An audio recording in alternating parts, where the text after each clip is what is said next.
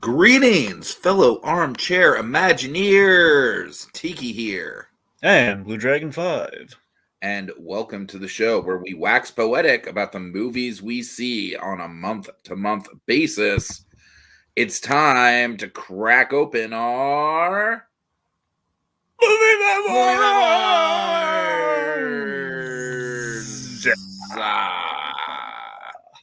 All right, Dragon. Lot to get to this month, so we're not going to do any pre-ramble. Let's just jump right into the news. Per usual, this year we had unfortunately a lot of deaths, so let's get to that. Obviously, most notably is the loss of the late great James Earl Jones. I very much regretted not being able to be on for the In Memoriam podcast. I will say that my experiences with the man definitely is most people's experiences, where it's like, that kind of contrast the Darth Vader and Mufasa, and kind of growing up with both of those, and just that moment when you realize it's the same guy, and they're both biological fathers. So James Earl Jones always kind of like had that sort of voice of to me, he kind of represented the ultimate dad, even in something like Star Wars, when you take the I am your father thing into account. The voice is obviously legendary. The roles are great. I wanted to catch up on a few other of his movies. Specifically, I really wanted to watch Field of Dreams, but I just did not, unfortunately, have the time for it. But yeah, obviously, I think he's one of the biggest losses that we've had all year, just as far as sheer impact goes. Oh, yeah. Just the voice, the literal voice of multiple generations. I mean, between, Vader and Mufasa, and, also, is playing, like, characters like King Jaffe from Coming to America. Mm-hmm. I gotta tell you, looking back on it with James Earl Jones, man, I've always loved this, but really had extra kind of resonance with it. His performance is in Return of the Jedi is truly, there's something really magical there, because that's really where he got a chance. He has one scene with Luke, not counting his death scenes. One scene with Luke in which you have to believe that there's like something there for Luke to glom on to, for that change of heart that Vader has. And that's a very important scene in all of Star Wars. It never gets any love. And I look back on it. I've always had like a kind of a soft spot for it, but after James Earl Jones passing, it just really took on another like meaning in terms of what he was able to do as an actor to that scene to really make it count in the movie that people kind of underwrite because it's the movie with the Ewoks. It's definitely 3 out of 3 when it comes to Star Wars, but it is probably the Star Wars movie that has the single best Vader stuff in it. So that's, it's the one Star Wars movie where Vader truly becomes like a 3-dimensional, fully fleshed out character in his own right. And oddly, possibly, I don't know if I've never done like a scene count of it, but let's just say, I want to say possibly the least amount of Vader that we get in the original trilogy with Return of the Jedi. The thing is, Vader really has like 3 scenes in that movie. It's possible, but it's still by far the most potent screen time. That's what I mean. Like we get a lot accomplished with the Vader that we do get in that movie. Mm-hmm. And then obviously one thing to note with Mufasa, I've said this before, I'll say it again.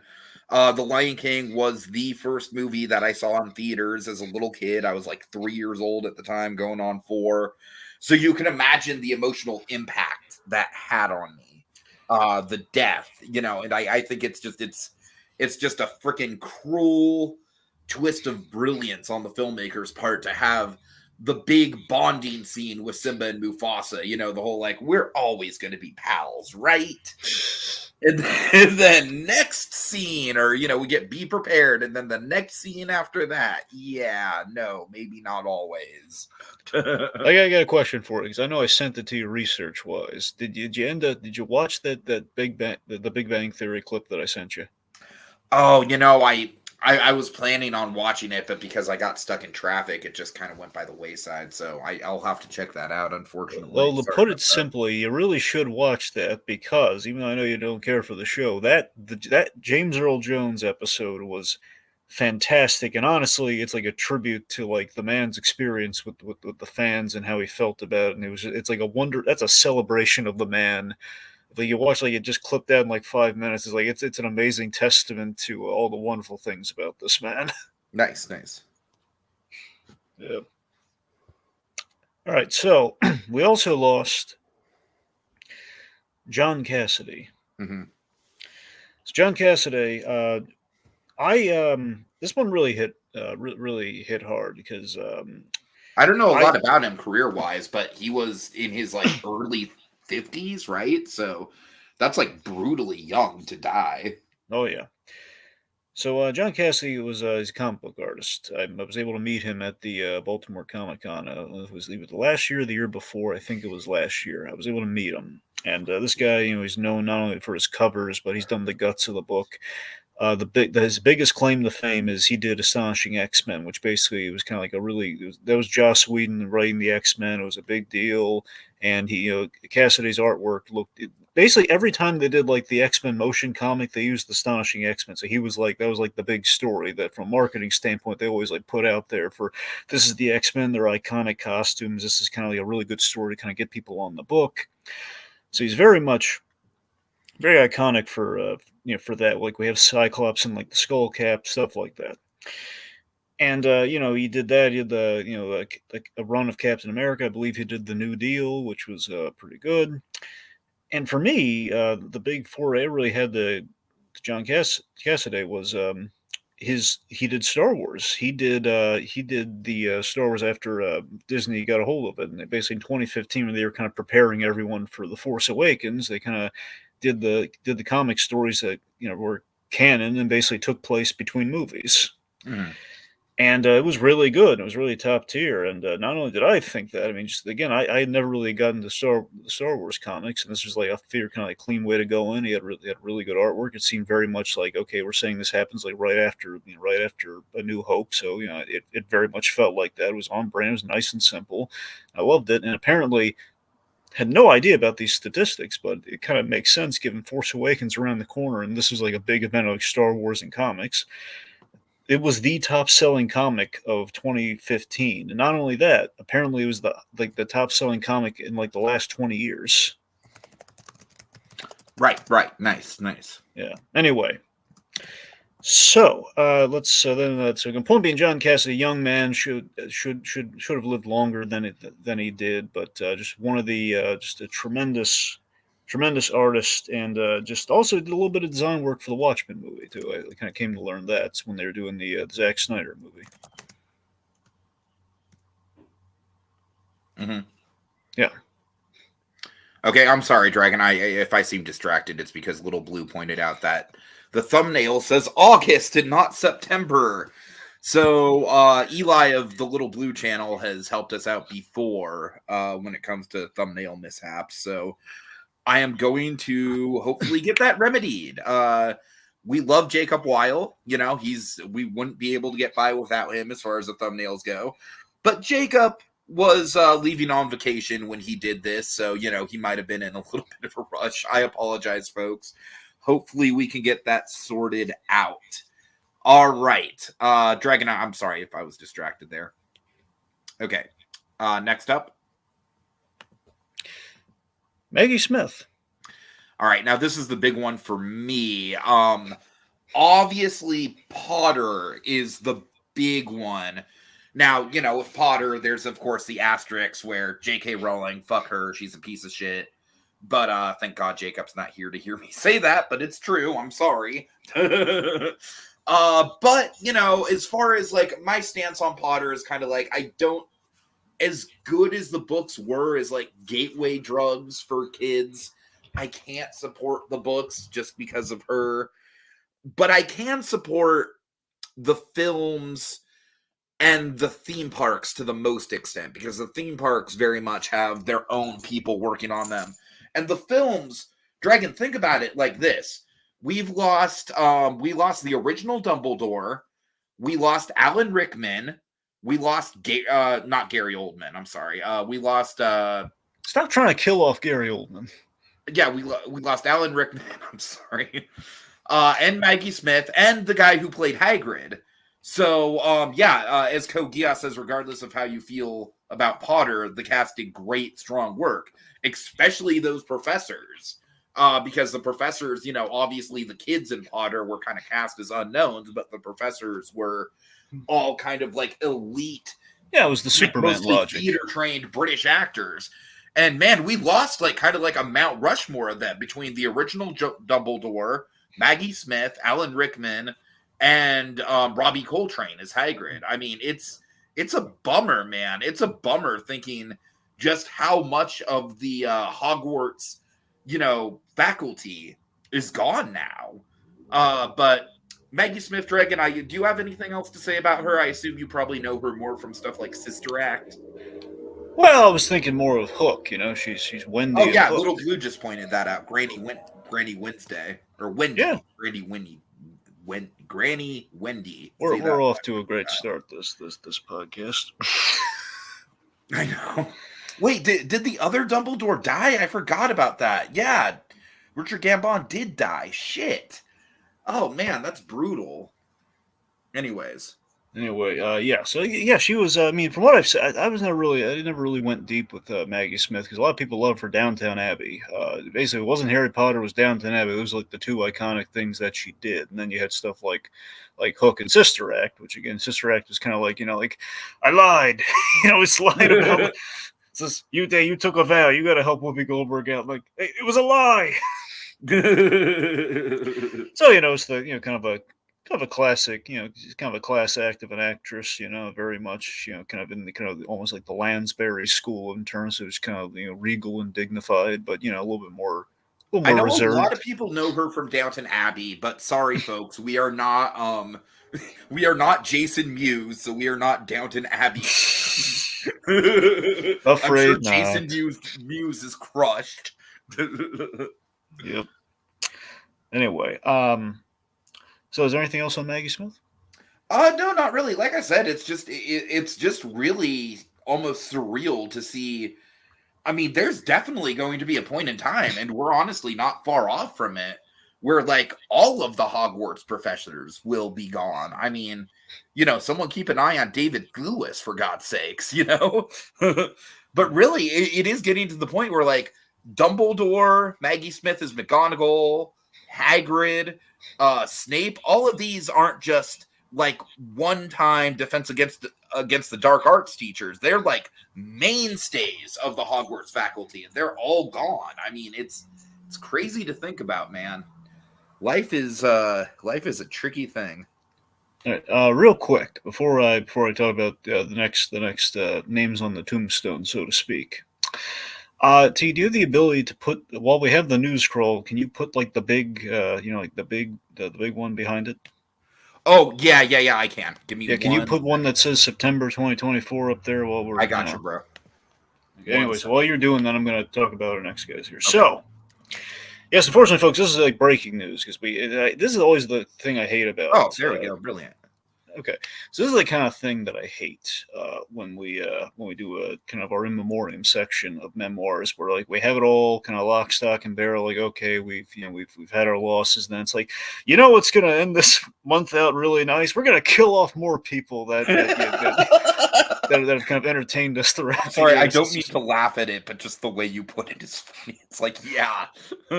So yeah, you're feeling a little down, like we lost James Earl Jones, we lost John Cassaday, just kind of like taken before his time. What we're gonna do? We lost Maggie Smith like last week, like maybe like 5 days ago. Yep, it's like the sands of time are running out. We have more people to put X's over the eyes to. We gotta kill them off quick, apparently. Which is just it's a cruel twist of fate. So we lost Chris Christopherson, who wonderful as Whistler in Blade. Just the man. I gotta be. Christopherson is always an actor that's kind of eluded me. Like for example, Pat Garrett and Billy the Kid. I love. Hold on. Dragon. I'm having some trouble getting it. Let me try one more time. I'm having some trouble getting it to Eli. So what we might have to do is just rely on this banner for now, and then have Jacob like redo the thumbnail so it's not when he gets back from his trip. Yep. Give it one more attempt. Someone's going in the timeout corner for this, folks. Okay, so I'm sorry. So Pat Garrett and Billy the Kid, always a movie that. Okay, he sees it now. Good. It's always a movie I've been meaning to see. I probably will get around to seeing it now. I like my dad owned the Bob Dylan soundtrack, and Bob Dylan acts in that movie, and I'm kind of a Bob Dylan aficionado. You get out. So that's definitely the element of his career I'm most curious about. I mean, obviously, Kristofferson, the one thing about him is that I feel like his career was kind of like halfway in music, halfway in movies. And because I'm not really a country music guy, and the movies that he was in aren't really things that strike my fancy. Yeah, Whistler is the thing I know him from. But seriously, man, let's just give some respect to the Whistler performance, because we're talking like this was pre-Uncle Ben. Like, I think Whistler is just such a great mentor figure in a Marvel movie. And he really did kind of like lay that groundwork for everyone else to come. Everyone from the MCU, all those, I don't want to say their names because I'll probably butcher them, but Captain America's mentor, Iron Man's mentor, who I always say his name's Yensid, but I know it's not. That's the name of the wizard from Fantasia. You know what I mean? Yinsen and Dr. Erskine for the folks. Yeah. So it's, so I just feel like without Whistler, I feel like Kristofferson just set a really good kind of framework for what a Marvel mentor should be performance-wise. Absolutely. And Whistler very much, not just the confidant, but also he's very much kind of like an action-y Alfred to a degree. That's a great way to put it. Yeah. It's a very reductive way of looking at it, but that's essentially because he was the closest thing to Blade had to family, much like Alfred is, but also he's kind of like the later versions of Alfred in the sense of Alfred, we kind of gave him the Sean Connery kind of revamp in certain stories where like, yeah, what if he can kind of kick butt and take names too. The only kick-ass Alfred I don't like is the one from All-Star Batman and Robin. Well, true, but you do like that one. He's a little too aggro in it. You do like Sean Pertwee Alfred though. Like there's a take charge Alfred for you. Oh, that's one of the better. That's one of the best Alfreds, just straight up. Yeah. Yeah, we don't have like jacked Alfred, like he's mending people shirtless, like exactly. Anyway, yes, but no, it's all serious. No, Whistler, he was like very well adapted, from kind of very much, he. Because here's the thing, when I think of Whistler, I usually think of Spider-Man the animated series, and then I think of his adaptation of Blade, and that's because that was kind of my introduction to that character. But seeing like kind of going from point A to point B on that, it's like, wow, this is an even better version of Whistler. There's a lot more depth here, and he really plays well off Wesley Snipes, and he just, for a guy who's predominantly a country music star, he had a great depth of performance there. Mm-hmm. All right, anyway. Dragon, behold, thanks Finally. to Eli. Yeah. All right, thank you, Eli. Okay, so moving on from Mr. Kristofferson. Yes. John Ashton, not John Aston, very different. No, John Ashton. So John Ashton was this is the guy where it's like he has a very respectable career. It's just unfortunately I've not really seen a lot of the movies he's been in. A lot of them are kind of like blank spots on my resume, like Beverly Hills Cop, for example. I know I probably should watch those movies. I just haven't gotten around to them. Yeah.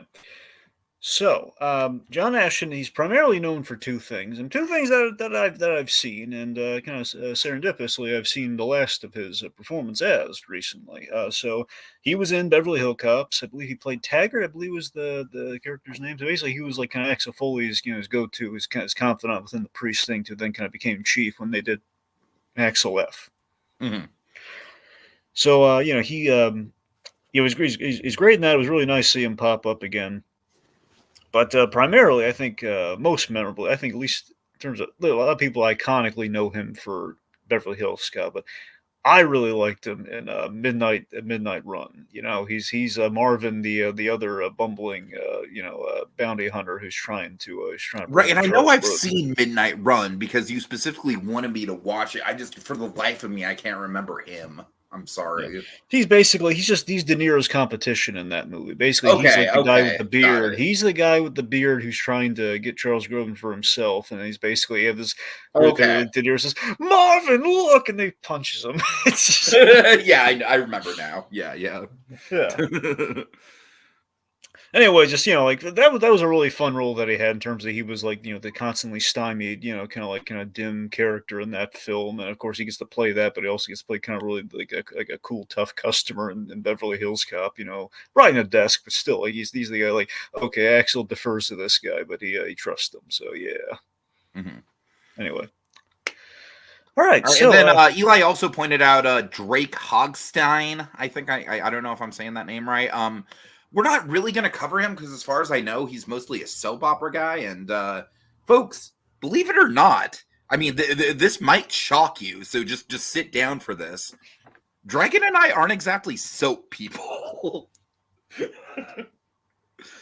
But yeah, rest in peace. Regardless, I'm sure people that have watched him on Days of Our Lives, I believe, is what he was on. I'm sure it is a bummer for that fan base.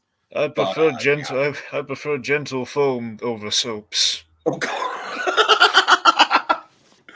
the one soap that I am forced to watch is my mom is hooked on General Hospital, so every Mhm. time I go over there to work, 1 o'clock every day, it's like. And I always tease her. I'm like, "Oh, are these your stories?" I always call them her stories. Yep. He's like, "Yes, don't bother me between 1 o'clock and 2 o'clock. Yeah, That's my General Hospital time." more like stories I want to throw myself off of. Oh god, Jesus. All right. But yeah, seriously though, obviously due respect to the man. But anyways. Okay, so let's go from literal deaths to basically the death of of a franchise, Dragon, Hellboy. I mean, if Yes, this isn't the nail in the coffin for the Hellboy franchise, I don't know what is. I mean, by the way, I wanted to tell you this. I haven't checked if it's like if it's like part of Prime, like free, like kind of like a free thing if you have Prime thing or not. But the Mike Mignola documentary is added to Amazon. I think it's for rental, right? It's either for rental or it's actually there. You can watch it, but they added it. Okay, cool. So I'm just saying because before it was only like the whole like Kickstarter kind of thing, which is how I got Right, my right. I copy of remember it. So I that. mean, so Yeah, now I would suggest somehow whether it eventually ends up just on Prime or it's there right now. You should check it out anyway. So yeah, Mignola's been really backing, the Hellboy, the Crooked Man. He's very excited about it. I mean, they do have a good looking Hellboy with Jack Kelsey in the role. I mean, he looks the part, and he looks kind of like a little different than the prior two. We've kind of gone the giant kind of wall, kind of giant walls of meat kind of versions of Hellboy before. This one's very much, he's got the lankiness. He's got kind of like, he's the uneven kind of asymmetrical look of Hellboy. uh-huh. But yeah, so the Crooked Man is going essentially straight to video, straight to streaming. Which movies have done before, but literally, I mean, Hellboys can't catch a break. And the fact that yet again, instead of like doing Hellboy 3, we're just like, hey, Just let Guillermo and Ron fucking do Hellboy 3. It's not that hard, how much more Hollywood. Del Toro's People are won? wanting that. Like Del Toro's won an Oscar and been nominated for another. What more do you want? Why can't we let him? Hollywood, everyone wants this. Oh, it's Ron insane. Perlman, he's delightful, but he's not a young man. We gotta give him this. Exactly. Unless we want to go the old man Hellboy route, I don't know how much material there is to mine from that concept in the comics. Nothing, the makeup will cover the age, but it's still they're Sure, gonna have to sure. CG that some of it though. Like, let's get as practical as we can while we can. Anyway, so look, the Crooked Man. Here's the trailer just did not sell me on. I think from the get go they mismarketed It was this a thing. genuinely awful trailer, just awful. It was a bad trailer, and it just seems to be like my hope is that the movie be a lot better. It sounds like they're going like deeper cuts into kind of like the kind of supernatural story Mignola likes to tell that's probably on brand for Hellboy, but still, it's Mhm. like basically what the David Harbour version tried to do, but they kind of failed miserably at. So I mean that's my assumption for why Mignola's back in this. But the reason I bring it up is that documentary we'll kind of get into is that he and Del Toro had a falling out. And I think that's Mingo doesn't have any power over like whether they can really do a Hellboy 3 or not. But it's like, if he had a vote, he would probably say, no, let's not do Hellboy That's 3. actually weird to think of anybody having beef with that man. Yeah, yeah. Isn't it? I mean, that man is literally a teddy bear. Yep. He is Yeah. literally like the human personification of a teddy bear. And it's not an aggressive thing. It's not like they had a falling out, not in terms of like having like a feud, but it's just a falling out of like it's kind of like friends who kind of move away, kind of a thing, Right, yeah. It's just kind of like they were bestest buddies on the first Hellboy, and the second one that's where they had creative differences, but not like the usual studio. We had creative differences. It's like actual, like okay, they have a legit difference in opinion here versus the creator versus kind of like the adapter, Uh-huh. The artiste, Sure. Anyway, so yeah, it's unusual. I mean, if it goes to streaming, I'll probably check it out. But it's just still like I want Hellboy 3. So And Dragon, I also want to bring up briefly, I know it's not on our docket here, but I want to briefly bring up the Wolves situation because it's pretty similar to this, except literally they pulled the plug like a week before its release date. Dragon, I'm still seeing fucking trailers for Wolves in my theater like a week after the release date. This is ridiculous. Now, look, I was looking forward to Wolves just because I really like John Watts' first movie, Cop Car. I knew it wasn't going to be a cop car because Cop Car is like a lean, mean kind of thriller. You still owe it to yourself to see Cop Car, Dragon. I will never. I'll get the Cop Car. I will never not bother you about that. But this basically just looked like, hey, look, it's Brad Pitt, George Clooney. They're reunited. They're having fun. And it's just stuck on Apple TV Plus, literally like a week before the movie came out. Now, Dragon, you know what my prediction is going to be for when I'll ultimately see Wolves? What? I have a feeling that Wolves is going to be like the perfect airplane movie sometime down the line. Doesn't that sound appropriate for that movie, though? Yeah, I mean, yeah, it kind of does. Right. I mean, look, that trailer didn't look... just Brad Pitt, George Clooney doing their thing. I don't really have to think too hard about it. I mean, the trailer looked good. I mean, I got to be honest. A part of me is kind of happy that it's going to streaming so I can watch it without having to go, because it's kind of there. Apple. Fair enough. Apple is always waiting with Apple is the problem. It's like Netflix. It's like week after week. And, Apple. It's like, well, they're advertising the cool stuff they have down the pipeline, but it's like, man, I got to wait for it all the time. It's like they're advertising their Christmas stuff in in January. Oh, jeez. Eli, yes, we did see the trailer for Sinners, and we will be talking about that momentarily. So, yeah. Anyways. Anyway, next. All right. So, you tell us about this Bane and Deathstroke thing, Dragon. Where do you hear about it? Yeah, I heard there's someone is developing a Bane and Deathstroke movie. Most speculation. I don't think it'd be far off, but I'm sure James Gunn would have kind of a rationale that'd probably make you all warm and fuzzy inside. But just basically, it sounds like this is done primarily to cash in on the whole Deadpool Wolverine kind of phenomenon right now, which again is just kind of going up. And for that reason, I'm a little bit cynical about it. I love me some Bane. Deathstroke is always a character I've been a little bit on. Well, how many is Deathstroke like kind of like turns you away on something? Like, I mean, I'm mostly familiar with him through Teen Titans, where it's kind of just like, so I get the whole like the Slade running joke, and I'm not even talking Teen Titans Go. I'm just talking like regular Teen Titans. You know what I mean? Right. So it's like I don't. Deathstroke to me is a character where it's like, he's fine, but he seems very derivative of other characters, if that makes sense.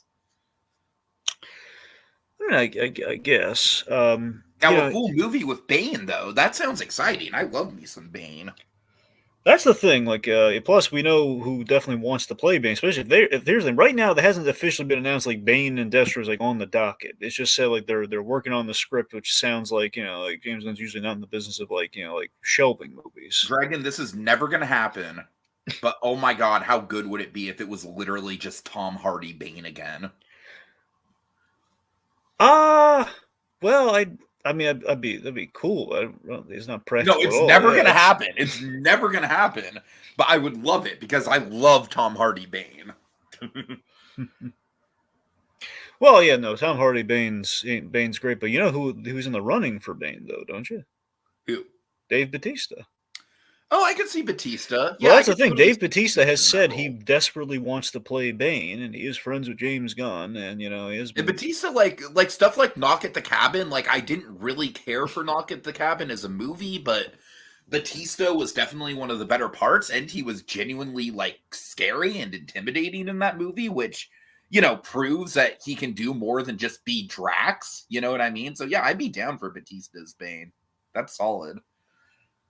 Now, it is speculated that this might be this whole Bane and Deathstroke movie might. It's been I wouldn't put a lot of stock in it that it could be what Brave and the Bold is, and just we've kind of announced it like this, perhaps. Really, this is kind of like the word on the pipeline going down there. But it just sounds too. I don't know. It sounds like we I'm already I'm know. still so confused about like the Batman situation at Warner Brothers where they have, I mean, obviously with the Penguin doing as well as it is, they definitely want to continue the Robert Pattinson thing.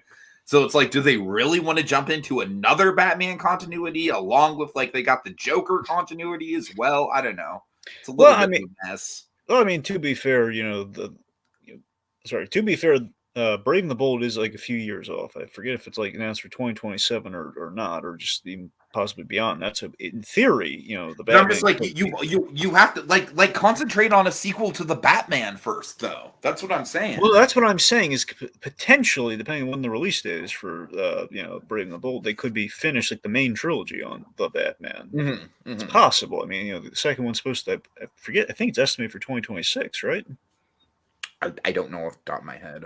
Anyway, okay, so the point being, this does sound really good, especially if we get like Batista as Bane. It's these are two guys I could see them working together, but it does feel like you kind of would go with one or the other versus the combination of the twos. I mean, it's So not it's exactly a pairing where it's like, yes, we need to see that.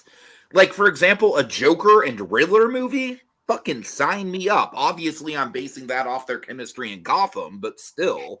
All right. right. Oh, Anyway, God. Could you imagine, like, a Penguin and Riddler movie in the Pattinson verse? well, we Just already Colin know Farrell having to team up with Psycho Paul Dano. that would be interesting because we already established in the Penguin that he really doesn't like the Riddler, so Right, exactly.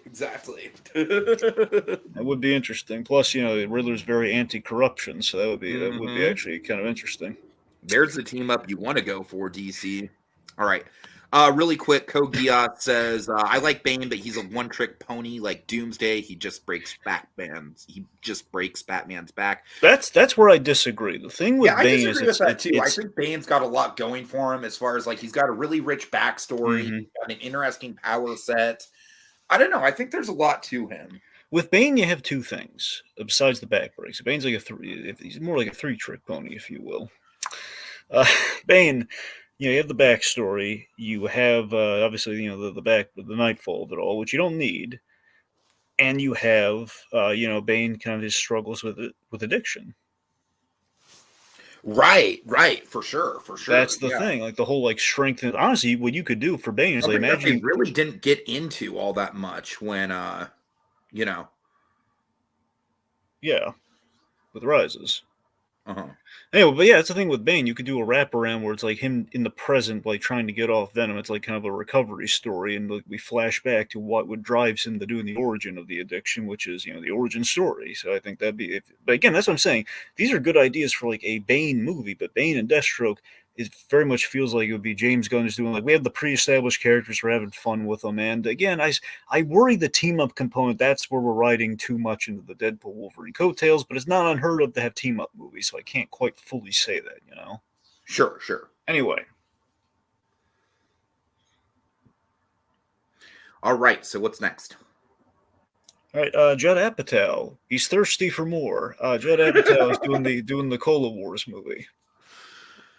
I'm really not sure how I feel about this. I feel like Judd Apatow as a director kind of peaked with Knocked Up, and even Knocked Up, it's a good movie, but it's not like an awesome movie from like a directorial, like technical standpoint by any means.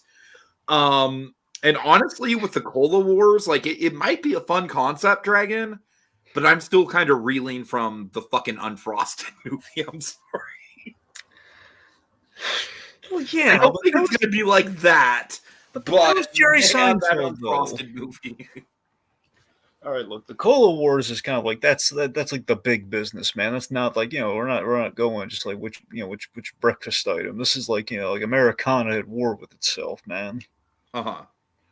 Like the Cola Wars is a lot more like that's an actual Cold War. Right.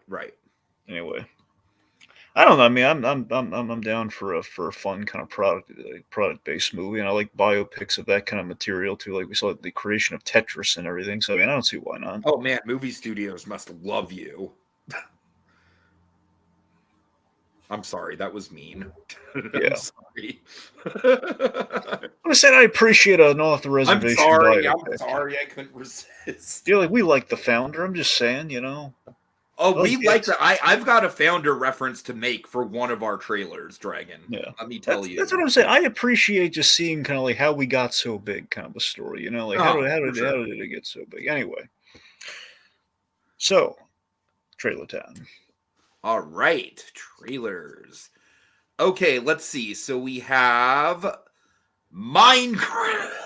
Something that Tiki and I have never played Minecraft in my life. I was in like college when it came out, so I was definitely too old for it. But Dragon, this looks fascinatingly awful, honestly. I'm not saying it looks good, but it looks like a train wreck in like the Cats 2019 kind of way.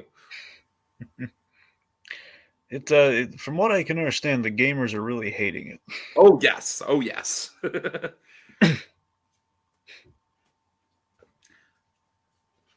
So yeah, not much to say about it. It just looks very bad. I mean, Jack Black is embarrassing himself this year. It's kind of a crazy fall. Honestly, ever since the Mandalorian, man, that man has had a rough go of it. I'm gonna go one step beyond. Ever since he grew out the beard, nothing good has happened to him. Yeah, I think you're right. Actually, the beard is not a good omen. Because when he had like the shaved, like when he had the Jumanji beard's fine, but when he gets like the full, like the full like bearded the Wolfman beard. Yeah, when he gets the Wolfman beard, that's when he did. That's when he popped the Mandalorian. That's when he's doing this. He's just that beard's been nothing but trouble. That's when he did his whole thing where it's like, oh, I don't know if I want to associate with Kyle Gass, even though he's like my lifelong creative partner. Yep. Anyways. All right. Anywho, Minecraft, not so much. Minecraft, more like Minecraft. All right, sorry. Credit goes to Mike Matei for that one. Anyways, did you ever see the Mike Matei Inspector Gadget video? Well, was it like a video essay on Inspector Gadget? No. It was just like a joke. It was literally like a joke video of like Mike Matei was playing Minecraft, but then Inspector Gadget interrupts him, and he's like, "Minecraft." It's bad. It's bad. No, I have no idea what you're talking about. Folks in the comments, do you remember the Mike Matei Inspector Gadget Minecraft video? Shout out now. That was just sad. I like to use brown bricks. I think the whole thing was basically an allegory of like using shit to construct Minecraft material. Anyways, let's move on from this. Stop doing your impression of a red circle guy. Can we just move on? All right, so Wolfman. I think this is a freaking perfect teaser trailer. I'm hyped for this. It doesn't give away too much, but it leaves a lot. Like, I like how it actually does show a lot of escalation in the plot, but we don't really see who's who. Of course, Lee Winnell, who also did The Invisible Man, really, really great monster movie in its own right. Dragon, Universal monster movies are back, baby. I'm excited. Yeah, Winnell, I'm very sold on Winnell. He really impressed me with Invisible Man, also Upgrade. So this guy, I'm interested to see it. I don't usually go out to see the horror movies, but it's Wolfman. It's a classic Universal monster, and again, I trust Winnell. So eventually, I'll check this out. I don't know. I won't be seeing in theaters, but I'll check it out. All right, let's talk about Thunderbolts Asterix. I still wish I knew what was up with the Asterix. The Asterix is such a weird thing. So stupid. I mean, I think that my prediction is that the gag with the Asterix is that it's going to be like a build up to like again like a Red Hulk kind of crossover with the Thunderbolts, like Thunderbolt Ross kind of a thing. But I don't know. Anyway, so Dragon, I'm not gonna lie. I know that Eli liked this trailer, and all due respect, bud. Like I respect your opinion and everything. For me, I see this trailer, and to me, it's basically just like the same old, same old. Visually, it looks almost identical to Captain America: New World Order. Dragon, it really just feels like we're spinning our wheels with the MCU at this point. I don't know. I feel genuinely bad for Florence Pugh. Like, this might be the first movie where she just actively does not give a shit and just phones it in, and I wouldn't really blame her for it. so here's the thing. I'm interested in the movie mainly because I like the characters. You know, I love Red Guardian. I'm down to see anything that guy's going to pop up in because he was like one of the really great parts of the Black Widow movie. Because I'm just endlessly just guys love the idea of like Russia's version of Captain America, and just basically the failed version of Captain America. I think it's a lot of comedy to be mined there, but also I'd like to see him kind of be able to kind of like kind of be put on display in a really cool way. I really want to see him interact with U.S. Agent. That's the biggest thing I'm going to that movie for. See I Red will say Guardian U.S. interact. Agent is definitely the thing that will get me in the theater. He was definitely one of the most compelling parts about Falcon and the Winter Soldier. I'm really excited to see how he does on a team setting. So yeah. Yeah, it looks like he's like a father and everything. I believe his girlfriend, delivered the baby, so that's kind of interesting. Mm-hmm. But yes, that's what I'm saying. I mean, I like the group of characters that we've assembled. How they're going to go together, and what the heck they're going to do once they do, I'm a little lost on. But in terms of the Thunderbolts thing, This could either be a Suicide Squad or the Suicide Squad. Well, that's one or the other. You're right about that. I mean, I'm inclined to believe it's going to be the Suicide Squad, but again, it's going to be kind of a knockoff of the Suicide Squad. Where it's going to be. Because again, we know we've been building to this for a while, and I really want. If they don't get into this, I think it's going to be kind of like, okay, we're just basically cashing in on teen movies. But it feels like, hey, the whole point that we've been doing in the background here is with the Contessa, the Julie Louis-Dreyfus Val Contessa character. She's been assembling basically a kind of a government or kind of a black ops or basically kind of like a version of the Avengers, basically the Dark Avengers via the Thunderbolts, is kind of what we've been doing in the background of the Disney Plus shows. So kind of paying this off could be really good. I think it's shot kind of cleanly, and I like how it's shot. You're right; it's nothing that really kind of game changing in terms of how we're shooting this and showcasing this. But I thought the trailer. I mean, I got to be honest. In terms of the MCU's always been pretty good with this. The trailer song's an earworm, man. I've been hearing that song. I've been thinking Thunderbolts when I hear that song. It's been kind of. On the note of trailer songs that don't fit together, what the fuck is Minecraft doing trying to use Magical Mystery Tour as a mic drop, dude? Like, that is it's just no. It just doesn't work. I mean, still, would you say like the song used in Thunderbolts is kind of fitting and catchy? Does it kind of like at least like leave an impact like at all or no or? I got to be honest with you. I'd have to go back and watch the trailer again. It didn't really stick with me. I only watched the trailer once. Okay, well, regardless, just again, I love the meet cute aspect of this. The whole infiltration mission kind of goes sideways, and that's how they're kind of put together on the team, probably orchestrated by Val. But again, I really wanted to get in the whole okay, right? The Avengers have been disbanded officially since the end of Endgame, so there's again, it's like nature abhors a vacuum. So these guys are kind of filling the void until the Avengers come back in a big way with these movies that we have down the line. Mm-hmm. So, I mean, that's the aspect they really got to hit upon. Now, here's the thing I'm most concerned about in this movie, okay? They're using one of my I don't want to say least favorite, but a character historically I've never really liked. And never, since the beginning of the MCU, never in a million years I think we were going to get this character. The Sentry's going to be in this movie. I don't like the Sentry. Nothing personal, but it always just seemed like, on the surface, he seems like Diet Coke Superman. And the character we definitely don't need in the Marvel Universe, period, I think. But from what I understand, he's got a bit of a following. But me personally, this is the MCU character I've had the least amount of connection to. I know we haven't even put him in the costume yet. I know it's a kind of a prejudgment, but it's like, I want them to sell I me mean, on I'm this still waiting for fucking Harry Styles to show back up. That's what I mean. Not counting the Eternals, which is clearly the most disconnected I think anyone's ever been Right, from right. the MCU. The Sentry's like a known character that is like some people like this character. I can never get into him. I'm hoping this is the time they're actually going to sell me on this character. The Sentry is the biggest thing I'm worried about here, and also I'm worried that we might be setting Bucky back because a lot of people have been theorizing when he's blowing up that car at the end.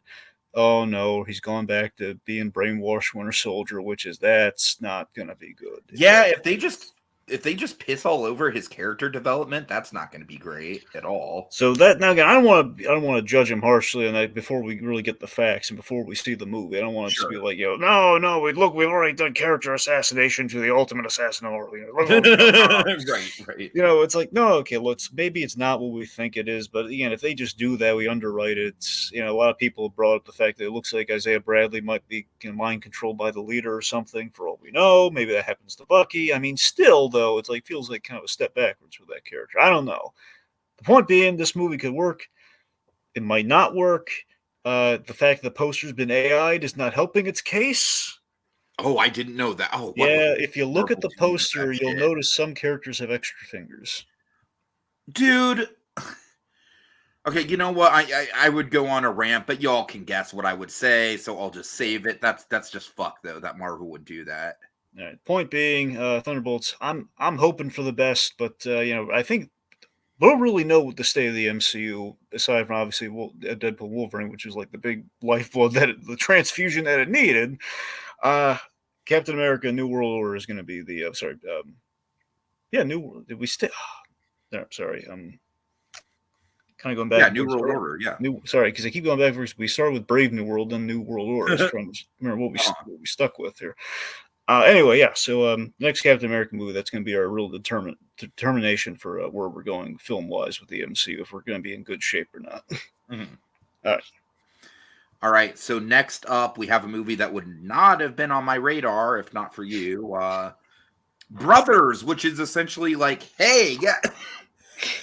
Oh, excuse me, God. Hey guys, remember the movie Twins? Well, what if that, but with crime? I mean, that's essentially what this movie is. Now, granted, watching the trailer, it looks fun. I'll probably check it out. Yeah. That doesn't mean it's not a complete and total blatant ripoff of Twins, but Yep. Yeah, basically it feels like Coen Brothers twins. essentially, yes. It's got a great cast. Brendan Fraser's in the fray, which is... It does have a really good cast, not just the two leads, but yeah, you're right. Brendan Fraser, Marissa Tomei, my girl, Toni Collette. Come on. So, yeah, I mean, I'm sold. Plus, the big thing, our director, Tiki. Remind me who the director is? I believe it's the Palm Springs director. Oh, you're right. Yeah, you're right. Yeah, for sure. So that's the thing, that the Palm Springs instills confidence, even if we are in this weird, it's basically, it's kind of a twins with more crime and a mom, Uh-huh. Honestly, the mom component's the one thing that's like making me waver, because it's like, okay, doing kind of like an homage, like a kind of a homage to twins is one thing, but they're kind of brothers. Basically, a movie with two opposites who are brothers, and they're kind of like in the situation. We have like Peter Dinklage in the fray. Like that's kind of cool, and I like that. But it's this whole thing of like, oh no, we're doing a crime plot with the mom, and there's like, I'm worried the mom says going to be manufactured territory. It's like, and we're going to try and redeem her after she probably did bad stuff to him in the past, and you're going to have like, we trust you, and then she leaves, and then she comes back. And I've seen that story. God knows how many times. No troubled parent. Anyway, so we'll see how that goes. All right. Next up, did I Brothers? No, I didn't skip ahead. Okay, good. Next up we got Dogman. Now, Dragon, I want you to take the lead on this just because I didn't really grow up with the books. When I was going to school, it was definitely Captain Underpants. I think Dogman came out like sometime when I was in high school. So So watching the trailer, it looks decent. Like it looks fun. The animation certainly has a unique vibe to it, but I just, as someone who's like almost entirely unfamiliar with the actual, like, correct me if I'm wrong, Dragon, but I'm getting a little bit of like a RoboCop vibe with this plot, a little bit. Well, that's a bit of a. I don't know about that. It's a bit of a stretch. I mean, we don't I'm completely just saying the whole like police officer who gets into an accident and then they have to rebuild him. I don't know. Well, look, in that regard, yes. I'm sure Dave Pilkey was thinking RoboCop when he was coming up with the Sure, idea. In yeah. terms of it being like pretty much like RoboCop and entirely in premise. I mean, maybe I go as far as to say what you just said, but it's. I'm just saying the fact it's two characters melded into one. That's what's making me think a little less RoboCop. Well, I mean, Dave Pilkey. I mean, from when I was a kid, there were like three kind of pillars of Dave Pilkey. I think he's written other books since, but let's say the big three back in the day. You had Captain Underpants, that was the flagship. You had the spinoff, well, kind of a spinoff, was Super Diaper Baby. Wasn't as popular, didn't really go as far. I do remember that coming out, but yeah, you're right. It didn't really catch on. Because the idea is like George and Harold did another comic, and I think that's the logic with even Dogman. I think the logic is okay, them being the kind of the fill-ins for a young Dave Pilkey. I mean, that's like George and Harold being kind of like the fill-ins. That is a pretty decent like avatar for Dave Pilkey in general with his career. That was always my read on what George and Harold ultimately were. They were very much basically Dave Pilkey as those characters, basically doing comics as a kid. Mm-hmm. Anyway, and then the other one, the big more successful spin-off in that regard was Dogman, which essentially, if I was all Captain Underpants. I didn't really get into Dogman, but I always saw the book covers and it did intrigue me. I never knew. I gotta be honest, I never really knew the premise until watching this trailer. Like, okay, that's what Dogman is. It's the fact that going into this blind is based on the trip, but having a lot of love for Dave Pilkey and the Captain Underpants movie, and seeing DreamWorks is going back to the saddle for like, hey, we're doing more Pilkey. It's like, hey, and we seem to be doing it right. The style and everything from like kind of flipping through those books. It's the idea that dog and man literally sewn together, and it just seems seems very solid. It has my attention. I'm a little I would not have picked Pete Davidson for the bad guy, but that's just me. Yeah, Pete Davidson does not have villain vibes. That's the thing, but yeah, I mean, look, he's got douchebag vibes, but definitely not full-on villain vibes. So it's kind of like seeing Ben Schwartz in the villain role, and we saw how that turned out. Yep. Like, anyway, I'm sold on this movie. I definitely want to check it out. It looks very charming. It looks very fun. I like the way Rel in there as the police captain. That's kind of funny. Mm-hmm. Okay. All right. Next up, we got Bong Joon-ho's follow-up to Parasite, Mickey 17. I am very intrigued about this movie, Dragon. I'm sure this movie kind of speaks to me more than it speaks to you, just based on our overall tastes. I have a question. Okay. Remind me, did Bong Joon-ho did he win the Oscar for Best Picture with Parasite? Yeah, Best Picture for Parasite. Okay, that's what I thought. So didn't he win for that director, and wasn't there a third one? Probably screenplay as well. Okay.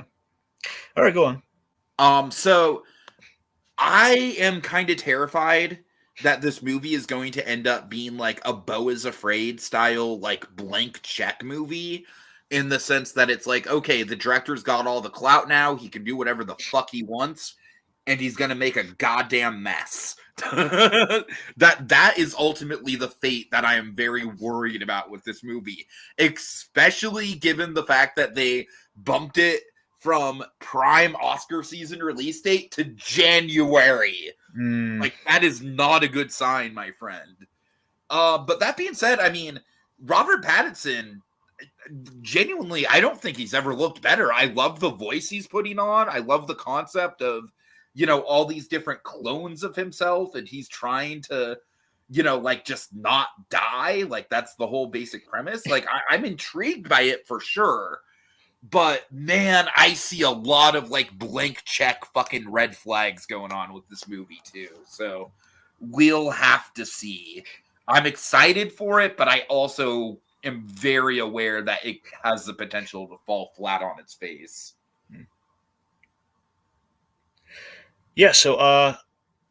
I'm sold on it, man. I really thought it. I Are thought it you looked. really? Yeah, no, I'm I would insanely not so. think you would have been. Okay. At the very least, I'm sold on the trailer. I think Nice, it's nice. I think it looks very good. I mean, I like the kind of the sci-fi setting.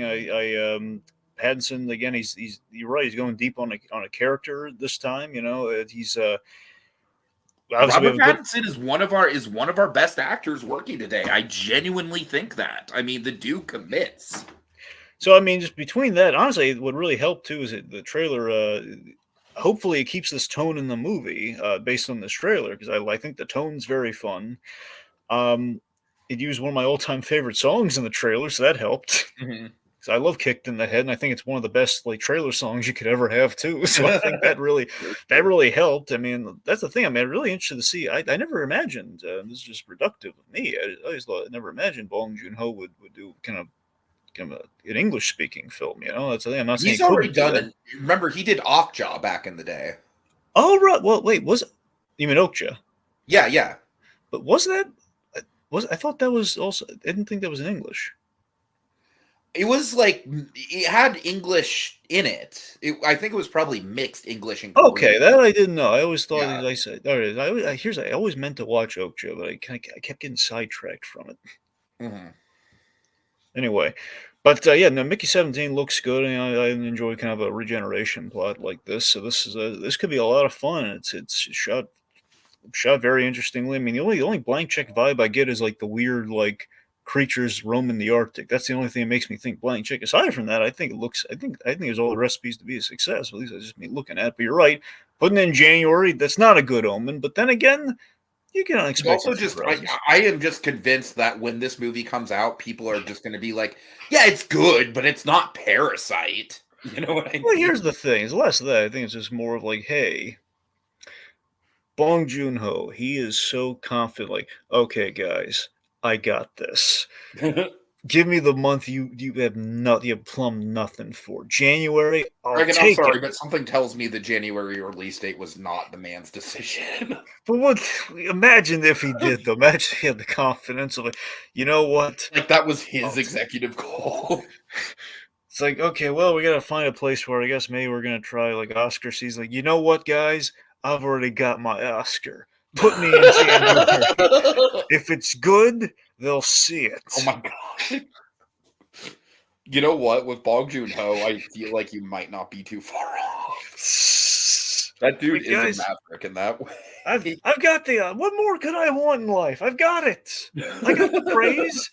I've won, I believe, for director and film. What more could I want? Mhm. All right.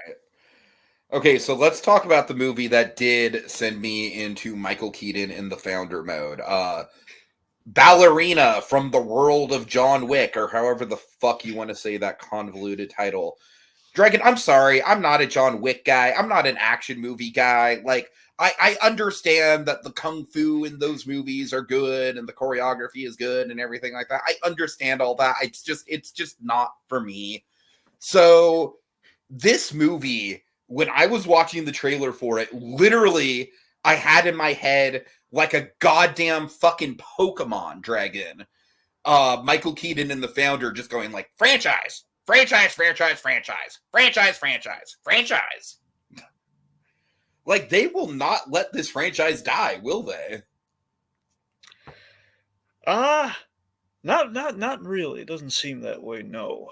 Yeah. So So as look, someone who likes the John Wick movies, like, and I don't want to say they're terrible, they're not. They're just not for me. But you certainly have a big appreciation for them. Are you excited about this? well, honestly, yes. I mean, look, I here's the thing. So I've seen one John Wick spinoff that was not good. The Continental let me down in a big way because Was that the Continental, series? yeah, that was a series. Uh huh. I think if it were a movie, I think it might have been better. But if this thing has a series, it's like, hey, we're gonna do like basically chop it up into three parts. And guess what? He's not just gonna be running the Continental. That's not gonna be what the premises, which would have easily, again, like the easiest thing in the world they could have done. Young Winston running the Continental in its infancy. No, he's got to earn the Continental. Why does he have to earn the Continental? Just That's let so him run. dumb. That's so It's dumb. the Just dumbest thing. just give us what we want, anyways. Yeah. With Winston and young Sharon, that's all we needed. Could we? Are they in it? Yes. Could we have just done the story there? We could have, but we didn't. Oh God. Anyway, so the point being, yeah, Yes, this is basically set between John Wick 3 and 4. I love Anna de Armas, first, I always love her, period. Um, and this is really paying off the action potential for her that we saw in her small kind of cameo in James Bond, No Time to Die. I still have not gotten it. That's the one with freaking Mr. Robot, right? Yeah, well, Rami Malek, yes. No, I know. I'm sorry. I should know his name. Yeah, I still haven't gotten around to that one. Yeah, but she had like a little kind of like a brief scene or like section in that film, and she was really good. She showed a lot of action potential. Nice. Of course, led to that movie Ghosted, which was not She the was best. in I believe she was in what is that? The Marilyn Monroe movie. She was in Blonde. No, but I'm thinking yes, but I'm thinking was she in oh God, the Eat the Rich movie with Woody Harrelson where they're on the boat? Help me out here. Oh yeah, I know you're. I don't think she was in that, but I know you're talking about though. You're the triangle, the triangle of Triangle of sadness. Sadness. Yeah, is she not in that? Is she I'm not pretty. the maid in that one? I'm pretty sure she is not. Okay, I'd be okay. shocked if she was, because I think I would have perked up if like, oh my god, Andy Armas is in this. Let me look into. I feel like she's been I'm in something that I like. Yeah, well, I'm sure she has been. She was in that. Well, yeah, Knives Out. She's in Knives Out, Tiki. Oh, there we go. That's what I'm thinking. I thought you already factored that in when you're looking for something you liked her in Knives Out. But yeah, as I'm saying, I've loved her since I saw her in Knives Out. I thought she was great in that. And that's the thing. So when she pops up, she's been a real treat. I think she got great acting potential. Anyway, so are putting her in the ballerina. I feel like that's why I got mixed up with the Triangle of Sadness character, because those characters are kind of similar in that like they're kind of like characters who like serve the rich people, but then that status gets flipped on its head. Well, the point being, I think that's where the confusion comes from. Okay, so I love John Wick, and I love the John Wick adjacent stuff. More specifically, like Nobody. So the stuff that's kind of like adjacent from John Wick, or like stuff that's kind of in that vein. So I've had a great time with those, and this looks fun. It looks cool, but I have no idea if it's going to have stay power, but I have a feeling whatever it's going to be, it's going to be better than that Continental show. That's my barometer for like, that Continental show wasn't good until like the third episode. Even then, it was still like such a flawed premise by that point. Like we shot ourselves in the foot with it. So I mean, look, you're right. We are milking the John Wick cash cow. You're not. Dragon, I just hate the fact that the title literally just starts with "From the World of John Wick." Like that should be on the poster. That shouldn't be part of the actual title. From what I understand, originally it was just supposed to be called The Ballerina, and then they just added all that on to it. So yeah, because Hollywood is cowards, and they don't. They think modern audiences are literal monkeys. What I'm interested in seeing is if they're going to do like a minor retroactive thing, where in John Wick 3 we saw like a ballerina on the stage, and I wonder if we're really like going to go back in the movie and say, oh, she's that very same ballerina on the stage, or just going to say it's a different ballerina. That's what I'm wondering. So just to be clear, this character has not popped up in any John Wick movie before this? No, unless they do it retroactive. We set up where she comes from. In John Wick 3, we showed that John Wick, he came from like there's this Russian ballerina school, which essentially is a front for his whole thing. So we like for Angelica Houston is going to be in this movie, and she was the person that trained John Wick. So she's got it. So she's there, and that's essentially anyway. Also, we should mention this Lance Reddick's last movie, because they shot stuff with him for this, so he's in this. Mm-hmm. Okay, The Last of Us Season 2. So Dragon, I know things about what is going to go down in this season that you do not know, but it is a pretty common part of pop culture osmosis for The Last of Us Part 2. Let's just say in The Last of Us Part 2, the game, they make a very, very, very controversial choice. And this trailer is kind of circling the drain of that choice. And Dragon, let's just say, I pity the poor girl that they got to play the new character this season, because she is literally going to be the most hated person in America after this season is over. That's all I'm going to say, man. This season is going to be fucking emotionally brutal. And honestly, I genuinely think that with The Last of Us Part 2, I genuinely think that the story works better cinematically than it does as a game. So I'm stoked for this, actually. I really respect the ambition of the storyline in The Last of Us Part 2. And I do respect the balls that they had to make the choice that they made. So, man, it's gonna be brutal, dude. It's gonna be a pop culture moment when it happens. That's all I'll say. I don't want to spoil you because you said you might still watch the show, but yeah, they oh man, I mean, just America collectively is just going to weep, Dragon. They are going to weep, and then they are also going to hate the new character. That's all I'll say. Any Okay. thoughts on your end? Not really. Fair enough. Fair enough. All right. So, yes, Eli, we finally get to Sinners. All right. So, this is the new Ryan Coogler movie starring Michael B. Jordan. Dragon, I'm not going to lie. I'm stoked for this. This movie seems right up my alley. It's completely original. It basically looks like almost kind of like a meta contextualization of the original Night of the Living Dead, except it's an all African American population going through it. I think this looks super ambitious, super dark.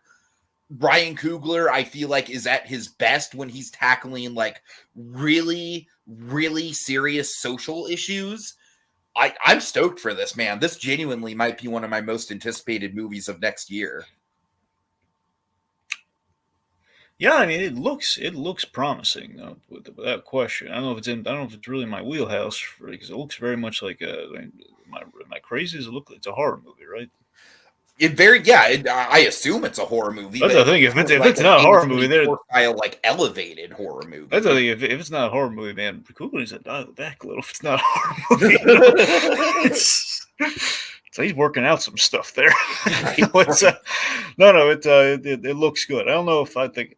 I probably won't be able to see it just because I don't really like seeing true blue. Yeah, you're not a horror movie guy. Yeah. At the very least, not in theaters. Usually brave it on the home front. I can look between my eyes. You've definitely kind of been getting better about getting out of your comfort zone, at least when it comes to like catching up on horror stuff. So I respect you for that. Yeah. So I'm baby stepping it. Indeed. All right. I mean, hey, you did watch The Exorcist, which is widely considered to be one of the scariest movies ever made. So yeah, there you go. All right. And with that, folks, we are finally off of the news and on to September 2024 movies. Okay. So, Dragon, let's talk some Beetlejuice. This will go by quick because obviously we already did the spoiler cast on it. Dragon, did you ever get a chance to watch it again? No. No? Okay. So, yeah, I feel like I respect the ambition of this more than I actually like it, but at the same time, the practical effects are wonderful. I think the cast, by and large, is pretty solid, even if some of them don't really get a ton to do. It's a legacy sequel that's messy, but it's messy in a really kind of like ambitious, throwing everything at the kitchen sink kind of way. So I like it. It's not a perfect movie. It's not going to top the original, but I definitely think as far as like legacy sequels to comedies that are coming out like literal decades afterwards, it's certainly like leagues better than trash, like, like off the top of my head, something like Zoolander 2 or something, you know what I mean? So yeah, I definitely think it was a home run for Burden. I love the fact that it's been #1 at the box office all month. And genuinely, I really want to Beetlejuice. Well, yeah, this is kind of like the track for the trilogy. They would kind of feels like at this point they'd have to do it. Yeah, especially because it is just it's probably, I think, probably besides Inside Out 2, it might be the most successful movie of the year. I'd have to check that, but it's definitely not me. Inside Out 2, Deadpool, Wolverine. This is probably #3 as far as like moneymakers of the year. True. Yeah, but yeah. So, look, I thought it was fun. I just think it could have been. I think the writing could have been a little better on it. Keaton did not disappoint. The highlight for me was Antihero Beetlejuice for kind of piece of the movie, like which kind of took me back to the cartoon a little bit, which Oh I yeah, really absolutely. appreciated. That was like my fist pumping in the air kind of moment. Starting like, yes, anti-hero Beetlejuice, finally. So I mean, the cast I delivered. do think the MacArthur Park sequence is like an all timer and right up there with anything in the original movie. Yeah. So but here's the thing: the movie is just it's got two things. Okay, so like I love the practical effects. I love we were hitting so many great things here. It just there's no Maitland charm. That's what we're lacking. We're lacking kind of that original And heart. I'm still kind of offended at how much of a giant hand wave the Maitlands got in general. Like, oh yeah, they figured out a loophole. They're fine. Yeah, so we're kind of missing like kind of like the beating heart of the original in that regard. I'm not saying we need literally the Maitlands in there, but we're missing kind of that equivalent. The closest thing we got was like the father plot, but again, the father was just kind of like he kind of showed up when he needed to, but we didn't really address like how that happens or anything. Like, hey Lydia, how do you feel about the loss of this man? You know. Mhm.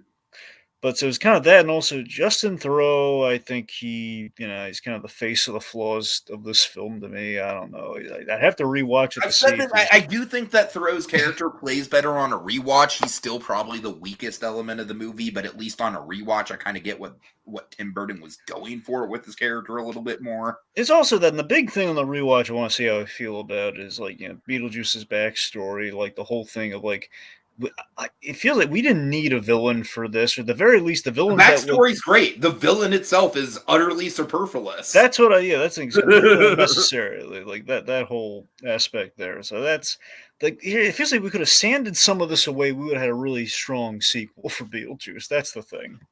Uh-huh. I don't know. Anyway, All right. Kogia says Beetlejuice is my favorite movie of the year. I'm hoping Michael Keaton and Winona Ryder get Oscar nominations. they I don't won't. see the bearer of bad news, Kogias. That's probably not going to No, happen.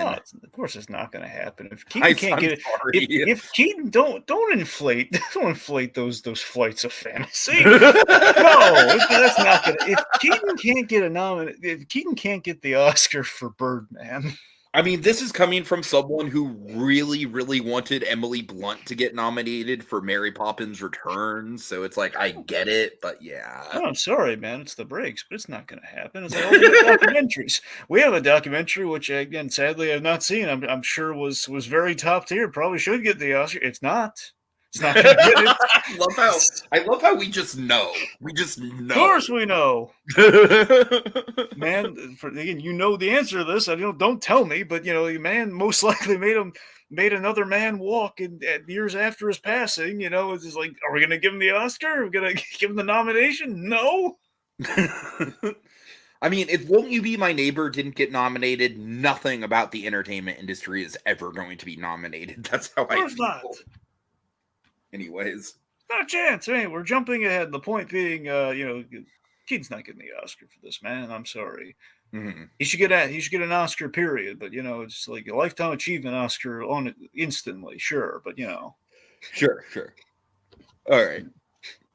So next up, The Wild Robot. Did you get a chance to see this based on where it's placed? yes, I did. Okay, I'll pass it to you first. What do you think? So this was very impressive. I just it's DreamWorks is getting into a groove. They're getting into No, they're not. Their films are wildly inconsistent. It's just occasionally they will pop out a banger. That's the DreamWorks MO. oh. Well, that's the thing. Sorry, I kind of forgot for when you said that. I just remembered. Oh, right, Ruby Gillman broke up Puss in Boots and this. So yeah, it's not a groove. But you're right. So that's the thing. So DreamWorks, it's like it feels like this is an example of DreamWorks kind of getting its groove back. I guess more. Throw out what I just said. Let me throw this at you. Okay. DreamWorks. This is DreamWorks putting oomph into the storytelling. This is them like thanks to Chris Sanders and Dean DeBlos. They're working their magic on another adaptation of a book, from what I understand. It's I love the premise right from the get go of this thing. I love the premise of a robot that's kind of off course and ends up just kind of like it can't deliver on its purpose. It can't really fulfill its purpose. because I love the idea that it lands there and it can't really is looking for guidance and instructions, but it's surrounded by animals. The Mhm. problems that creates and everything. So I was just right from the get go. I was sold. Okay, I'm so sold in this movie with that premise and the fact that's where we're starting with. And we go Sure. through the process of discovery, and with one of the animals, and of course ends up raising a duck and kind of being a de facto mother. This is all really great stuff, and we have a wonderful cast when we eventually do get the way we work him in. We have Pedro Pascal. He is in this, and he's wonderful Genuinely, supporting. I absolutely think this might sound hyperbolic, Dragon, but tell me if you agree. I genuinely think this might be one of the all-time best Pedro Pascal performances, just live action or otherwise. I was blown away by his voice work here. I mean, it's a really good performance. I keep wondering what Pedro Pascal did before he was really on our radar. Because honestly, I've liked him in Well, he all the did stuff. Narcos for one. True. That's essentially. I forget if Narcos is literally what gets him Mandalorian or not. I think I'm it pretty does. sure it was. Yeah, because I think the way Favreau told us that he's watching Narcos, and I want to say that's what happened. I could be wrong, but regardless, yeah, Pascal. I mean, I remember liking in Kingsman. He was really great in the second Kingsman movie. Mm-hmm. Anyway, but yeah, so Pascal he really shines as our supporting player, and I love how he's introduced and restored and kind of like the arc of which that character goes on. The animation is top tier. There's no comedy mandate. There's funny, there's hilarity to be had, but it's not like they're not trying to be funny. It's like natural humor, which is really refreshing, and again, kind of like fits in the stuff we've gotten with Tiki and Dragon. There's a lot of humor in those movies, but it's not like we need a gag. We need someone find Walt Dorn. We need a gag. Right. It's a very human story about parenthood and figuring life out. Those are the cornerstones of what this movie is. It's about parenthood and even beyond the parenthood and pre-parenthood is about just figuring out like what's your purpose. What do you do? Mm-hmm. I mean, what did you think? I liked it a lot. I definitely give it points for ambition as far as like being pretty straight up. Like it doesn't fuck around with how dark the environment can be. I mean, there's some truly dark moments in here. I love the character work. I love Pedro Pascal, Lupita Nyong'o. They definitely stand out. I have a couple nitpicks here and there. I think the actual ensemble cast of the forest creatures, they're all right, but I just don't think they have the chemistry of, let's say off the top of my head, just because it's kind of a similar grouping of characters, like something like Over the Hedge. Like those characters just have so much chemistry with each other. And I get that with this movie, you kind of have to build up the trust and everything, but I just never really bought them as an ensemble. Granted, it is very fun to see Mark Hamill as a bear, man. I knew Mark Hamill was the bear, and I love how much they drew out him actually speaking. I love that it's not only Mark Hamill as a bear, it's kind of like him after Brigsby Bear. Right. Now, my biggest element to this movie that I have to criticize is so entirely unfair, Dragon. It is so entirely unfair, and you're going to fucking hate me for even bringing it up. But as good as this movie is, it's no How to Train Your Dragon or Lilo and Stitch. Oh yeah, how can it I'm sorry. Really? You mean to tell me there's a whole movie about raising the little duck, and you can't just like appreciate it for like? No, I can appreciate it, Dragon. I'm just saying, when it comes to anything Chris Sanders, those two movies loom so large. Like you grew up in a pet store, man. Come on. Like those aren't just two of my favorite animated movies. They're straight up two of my favorite movies. Period. Like those two films have touched me on like an incredibly deep developmental level, basically, that I don't even know is possible for a new release with how old I am right now. So it's like, yeah, I know it's entirely unfair, but I'm watching this movie and I'm like, it's really good. It's definitely not like top tier Chris Sanders, but it's really good. I'm sorry. I know it's unfair. God, you're a piece of work, you know that. Yeah, I know. I'm aware. God. Anyway, okay, so let's see. We have Monkey in the comments saying a concluding moment to Pedro Pascal's arc is what got my eyes slightly wet. And then Over the Hedge is another DreamWorks movie with Catherine O'Hara as a forest creature. That's true. Catherine O'Hara's having a good year. Yeah, we have possums in Over the Hedge as well. Mm-hmm. Yeah, but again, it's just ultimately what it boils down to is like we've humanized this corporate product, and which is basically like an overgrown Alexa, and we've turned it into the Iron Giant. Like that's a pretty impressive feat right there. I'd like to think. Sure, on some level, this is probably also going to make you roll your eyes a little bit. On some level, I think the message of this movie is slightly like AI positive, which I'm not exactly thrilled about with a Hollywood release. I don't think AI positive. I think it's like AI hopeful. Like, maybe the AIs can develop like the human. Dragon, I'm just not thrilled about a Hollywood movie being developed essentially to showcase how awesome AI potentially could be. You understand? Come on, this is like AI. Right? This is like, here's the thing, AI is now taking on a whole different meaning than it once did. Okay, we have AI, which is pretty much, okay, it's like the whole fanciful, what if a robot could develop feeling? What if the silicon had a soul, essentially, versus like, hey, AI, like taking like image prompt generators and shit. Yeah, that's the difference. Like, here's the thing, there's the sci-fi version of AI, which this movie is, which is like traditional, like the whole, like, robots developing consciousness and like feelings and the whole like Asimovian kind of stuff. Then you have AI in terms, like, well, this is like the practical real life AI that we're finally at this point, and it's pretty terrible. It's like, it's like artistically bankrupt AI, like that's the great artistry and like the potential of AI. Marvel. Yeah. Well, they pushed the buttons. They did it.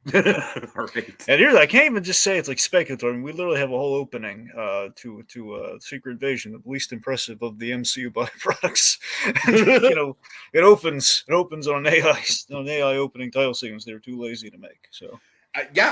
Secret Invasion is absolutely like definitively the worst thing that the MCU has ever put out. I mean, between that and the Eternals, I think that's probably that's I think the Eternals, as messy as it is, and as much as it just absolutely does not connect to the entire MCU, it's still more ambitious than Secret Invasion. I mean, Secret Invasion was just like the absolute laziest way they could have possibly told that story. All right, look, fine. Even if the Eternals isn't the worst thing, it's the most boring thing they've ever made. I'll give you that.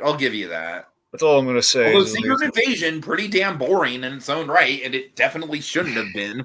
Look, at least Secret Invasion had Sam Jackson, or at least it had something. That was the only thing it had. That's what I mean.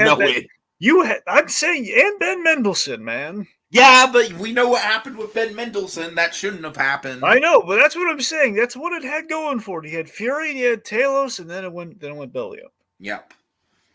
And then we end up with Gaia with the Drax arm. Yeah. All right. Okay, so next up, let me tell you about Superman. I am so insanely jealous of this man, folks. I can't tell you. And I had a saga of my own trying to see this damn thing, Dragon, because with a hilarious punchline, by the way, which we'll get to.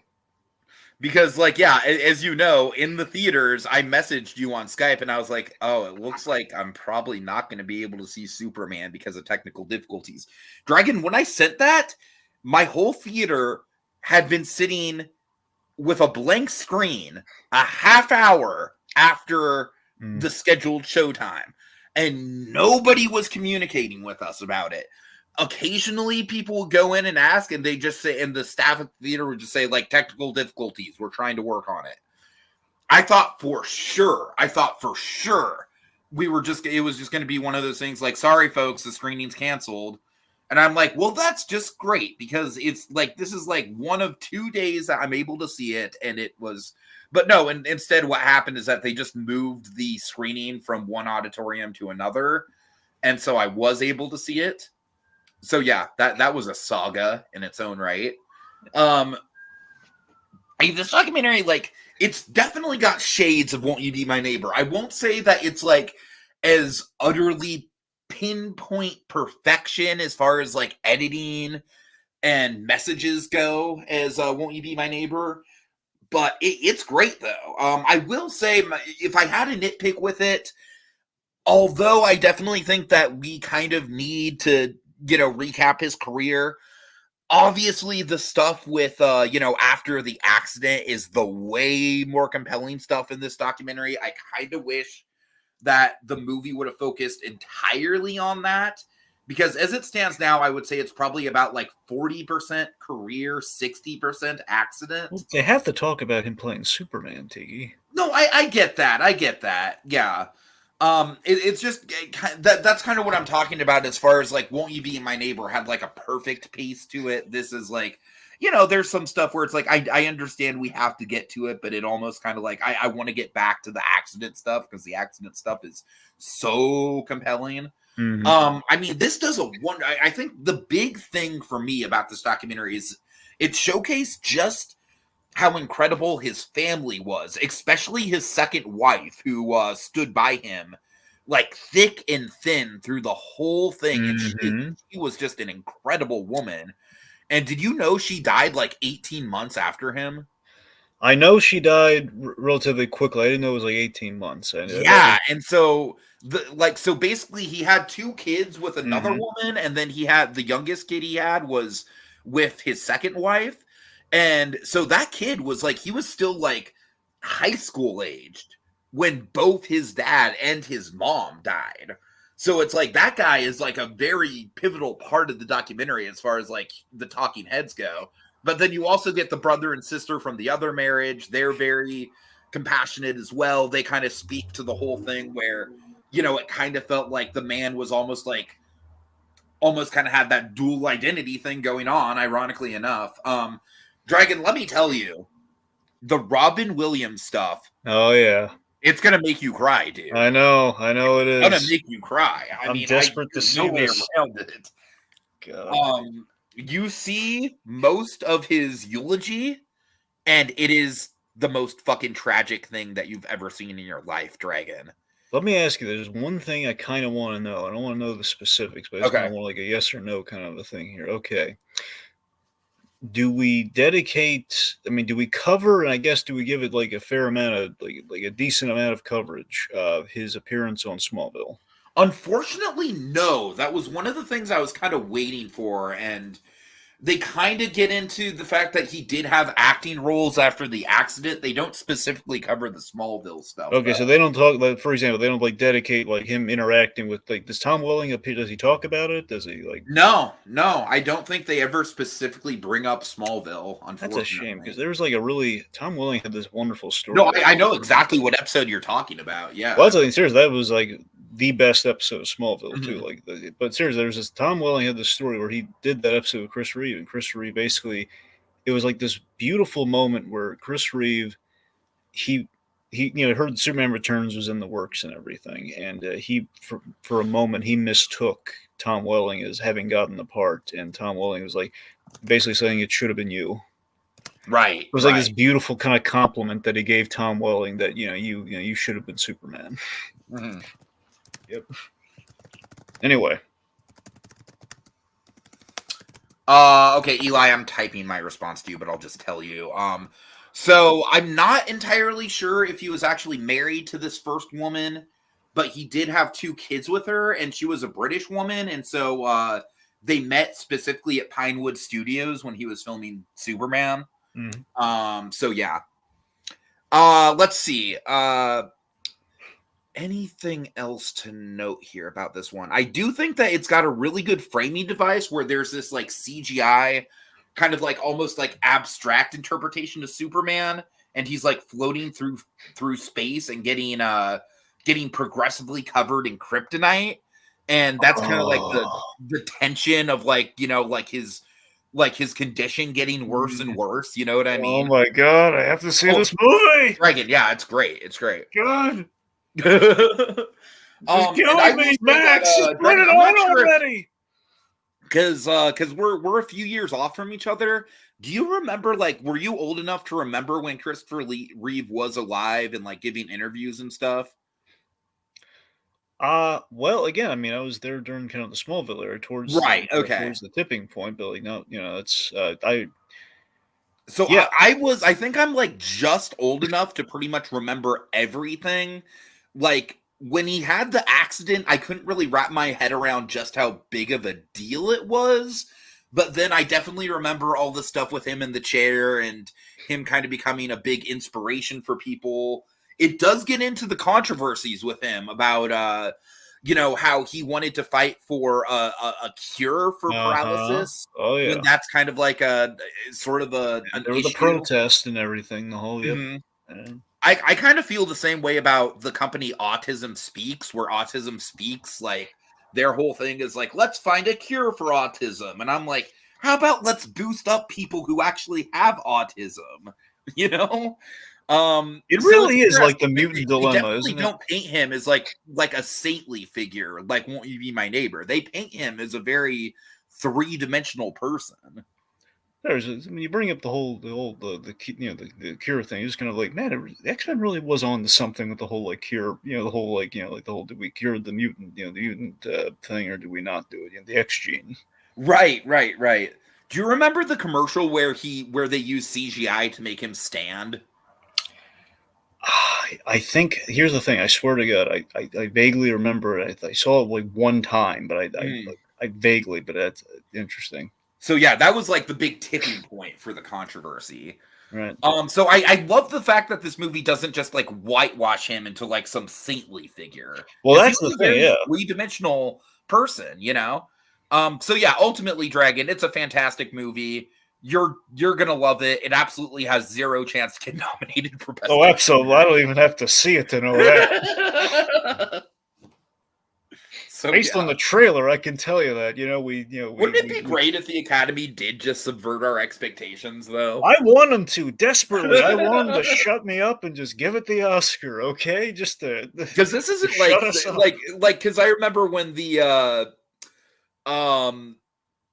the Bob Ross documentary came out, and we were like, this is really good. This should be nominated. But no, this movie is like truly like, we haven't had like a My Neighbor level. We haven't had a contender since Won't You Be My Neighbor for this sort of thing. Right, and this is a contender at least. If this doesn't get it, nothing ever will. Mm-hmm. Okay? I mean, let's be honest with you. Let's be honest. Like, as good as the Ren and Stimpy documentary was, that was never going to get in, Well, that's because life's unfair, though.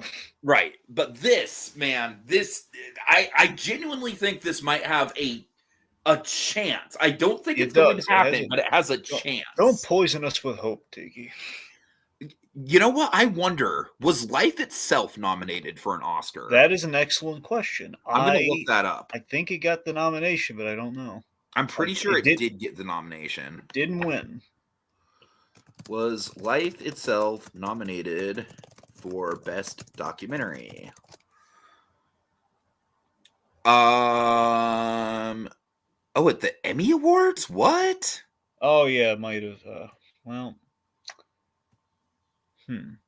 T, there's actually two movies called Life Itself. Make sure you specify it's the documentary. No, this is the Roger Ebert one. Yeah. Okay. Well, that's trippy. I guess it might have been like a TV documentary at the Oscars. Oh my God! You're never Dragon. No, it did not get a fucking Oscar nomination. I mean, that right there. That's Roger Ebert. It's fucking. It's not just Roger Ebert. That whole movie is practically like, it doesn't really have to do that much with actual movies. The most prolific film critic of all time. Oh man, I couldn't even get a nomination. No, that's actually genuinely shocking. I just always assumed that thing got in. This is what I'm saying, folks. I mean, this movie heals the sick, and it's still not going to get a nomination. Ridiculous. All right. But yeah, like I said, Dragon, just to cue it up, that Robin Williams funeral monologue, just holy shit. It's absolutely brutal. Absolutely brutal. See, I'm gonna be bawling when if they play Brando's line from Superman. Like they can be a great people, Cal. They only lack the light to show the way. The moment Uh, they play that, I'm gonna be downing the box of tissues. I'm gonna be reaching for all the inside out tissues by that oh, point. God. I'm not even gonna make it to the kryptonite. Right, right. All right, so Dragon, tell me about Rebel Ridge. Okay, this is a movie you have to watch, Tiki. Oh, okay, okay. This is a pleasant surprise from Netflix. I know your whole thing with a Netflix action movie. This is not the tip. This is not like Oh, it's a Netflix action movie. Well, here's the thing, though. It's I not mean, like I'm fine with like a Netflix movie, but Yeah. specifically a Netflix Well, action movie. Would you let me get to the All right, point? fine, fine. I'm sorry. That's what I'm saying. Like on surface level, you scroll through Netflix, you come to this, you say, okay, it's like it might say like includes this, this, and this. It'll say like action, but it's more of a thriller than an action movie. But that's my thing, though. It's like you look at this thing, you're gonna think, okay, there's gonna be fighting in it, but it's not that. Uh-huh. Okay, this is like basically this shows you what an action, like in quotes, what an action movie on Netflix could be. This is like so. Aaron Pierre, he's the one who's this is like a star-making performance on this kid. Like he's done other stuff. He's with the Superman connection. He was in the show Krypton, like a kind of a very kind of small role, but he was in there. Anyway, so Aaron Pierre, he's really turning a lot of heads here, and he's beginning a lot of speculation. Which I swear I did not know this going into the movie, but now having seen it and seeing, okay, this is who they meant. Uh, Aaron Pierre, right now, he's being looked at for Jon Stewart. And after this movie is essentially his audition for Jon Stewart because he's basically playing Jon Stewart in this movie, and he's flawless. Mm-hmm. So the writing and the dialogue so sharp in this movie. It's I guess the best way. The premise is insane. It's got an insanely good premise. Okay, so long story short, you have a guy who's stopped by these bad cops. I think they're in Alabama. He stopped by these bad cops because essentially because he's black and he's suspicious in quotes. The guy on a bike who he has like earphones in, and they ram Okay, him. okay. Like they ram him to start with. He's just like on the road on a bicycle. They ram him off the road while he's just in a little bike. Right. And essentially, he's going to pay his cousin's bail. That's why he has like 30,000 in cash on him, which they deem to be suspicious. And he tells me very calm, cool, collected. He's like telling him like this is for my cousin. I sold I sold my stake in a business to get this money just to bail him out, and then we're gonna buy a truck. So it's like that's 10,000 to 20,000 for like a truck. Makes sense. So they confiscate the money and they won't give it back to him. So that's the premise. So he basically goes down to the station. It's this tense stand. If you have this guy who's kind of in almost like the nobody camp, like a Bob Odenkirk from kind of a Howard the Hutch Menzel kind of character. Right, yeah. But again, we're not playing into the John Wick actiony kind of sort here. Basically, this is a guy who you don't want to mess with, and he's showing there. He's this tense standoff with Don Johnson, who's really good. He's his opposite in this movie. Don Johnson is the chief of the town, and he's very corrupt. He's shockingly corrupt. I mean, like, I'm not saying like shocking. Okay, so we can have corrupt cops. I'm just saying like the depths of which this man is bent is crazy. Like the power this guy has in this town and the things that he does will just shock you to your core. How bad this guy is. Mm-hmm. And it's just this palpable tension all throughout the movie where it's like you're rooting for this guy. All he wants, like his needs are he just wants it's like a bit in the movie. He goes up to him and says, "Look, just give me the 10,000 back so I can bail my cousin out." And his wants are very reasonable, and it's just not going his way. And there's a really inventive action. It's not the usual sort. It's very it's very intent based. It's very kind of like it's very intimate, I should say. It's got a really kind of Yeah, I intimacy kind to of get the the vibe action. you're going for. It kind of sounds sort of like kind of like how this might be a bad example, but it kind of sounds like how Training Day is technically an action movie, but there's a lot more going on with that movie than just the action. Does that make sense? Sure. Like for example, the action in this movie is that this one guy, he teaches Marines martial arts, and his form of martial arts is disarmament. So he's not, Mm-hmm. it's not just like he's not like blowing everyone away or anything. It's not like a revenge movie, but it is like there was a revenge component to the story. It's this guy's like looking for kind of a justice and then seeking revenge, but he's not a gun-toting murderer or anything. Mm-hmm. And basically, it's just he's been playing nice with these guys up until a certain point. There's so many twists and turns of this. This movie is like the unseen gem of the year. I don't want to say unseen because people are watching it like crazy on You know what it kind Netflix. of sounds like? It kind of sounds like the Bad Times at the El Royale Yeah, of the year.